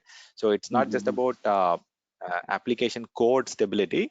It all depends on how their future roadmap looks like, how many locations are accessing it, how many users are accessing it, what level of availability they are agreeing with their end customers. So all those things will define. So that means it's totally depend on the customer needs. Yeah, It's it depends on how they customer want to behave in application. the future. Correct. Yeah. So it is how the business is planning to run in the foreseeable future. Okay. Got it. Thanks, Stan. Yeah, no issues. So team, these are the topics which we have discussed today. Okay, and it's purely on generic cloud. Tomorrow is when we'll start discussing about what is Azure and what are the benefits of Azure and why Azure needs to be chosen on top of AWS and GCP. Okay, we'll also discuss few other areas on the Azure platform. So today and tomorrow, just you have to adjust with me with a lot of theory. Starting the third day, you will get to see a lot of practical sessions because all of them are practical oriented sessions starting day 3. Okay, any questions on the topics that you have discussed today? Yeah, go ahead. Stan, any idea about the top users? I mean, the main users of Azure and AWS. Okay, I can get you that number. See, for example, I'll say, see, if you take Fortune 100 companies, 94 out of the Fortune 100 companies are using Microsoft Azure. Similarly, 95% of the Fortune 100 companies are using AWS, which means majority of the top companies or the large scale companies, they are adopting hybrid cloud approach or multi-cloud approach. So that's the reason we are seeing numbers. For example, Nestle as an organization, they are using both Azure AWS. Okay, similarly, Mercedes-Benz, they are again adopting Azure and AWS. Volvo, again, they are also using Azure and AWS. So the Fortune 100 companies, they are trying to adopt multi-vendor concept or multi-cloud. They don't want to put everything into one basket. They are trying to run their workload, which are specialized on Microsoft platform. If they are having some Linux platform, they are trying to run it on AWS. So they have their own choice of placing the workload. And I can give you the names. Okay, I can give you the top names. Tomorrow we'll see the top Fortune 100, 500 companies which are using Azure. I'll also add a slide which talks about Azure also. Yeah, I have that slide tomorrow. Okay, all right. Thanks, Dan. Okay, so just one question from my side. So can you just navigate to the cloud types? I mean, you showed right, private, public, and private, public, and the one, right? Okay, hybrid sure. setup. Deployment model. Okay, so so nowadays we are hearing the edge computing, right? Edge cloud. So where it actually fits in? I mean, either it comes in So between edge hybrid. computing, nowadays customers want the service to be much quicker, and a lot of organizations like automobile industry or manufacturing industry, they are having their plant in very outskirt location, right? They might have a CES location which is outside of the city, and they want to get the same level of performance like the other organization or other industry vertical are getting. So there are a lot of expansion happening in the cloud space also. We'll discuss what are the different options, benefits that that we are getting from the cloud model. Okay, there are some concepts which we'll discuss tomorrow again, Amar. Okay, so I'll tell you like what are those benefits which we get out of those edge computing, which comes closer to the business. Yeah, sure. Thanks. Yeah. Okay, I know I took 5 extra minutes today. Okay, so if there are no questions, you guys can drop off and take your lunch and enjoy the rest of the day. If you have questions, I'll be here for 2 more minutes, and I'll close the call after 2 minutes. Okay, thank you for joining today, and we'll catch up tomorrow on Azure session. Yep. Thank you. Thanks, Dan. Thanks for sticking on the time as well. Thank you. Thank you, Stan. Thank you all. Thank you. Recording. Thank you, Stanley.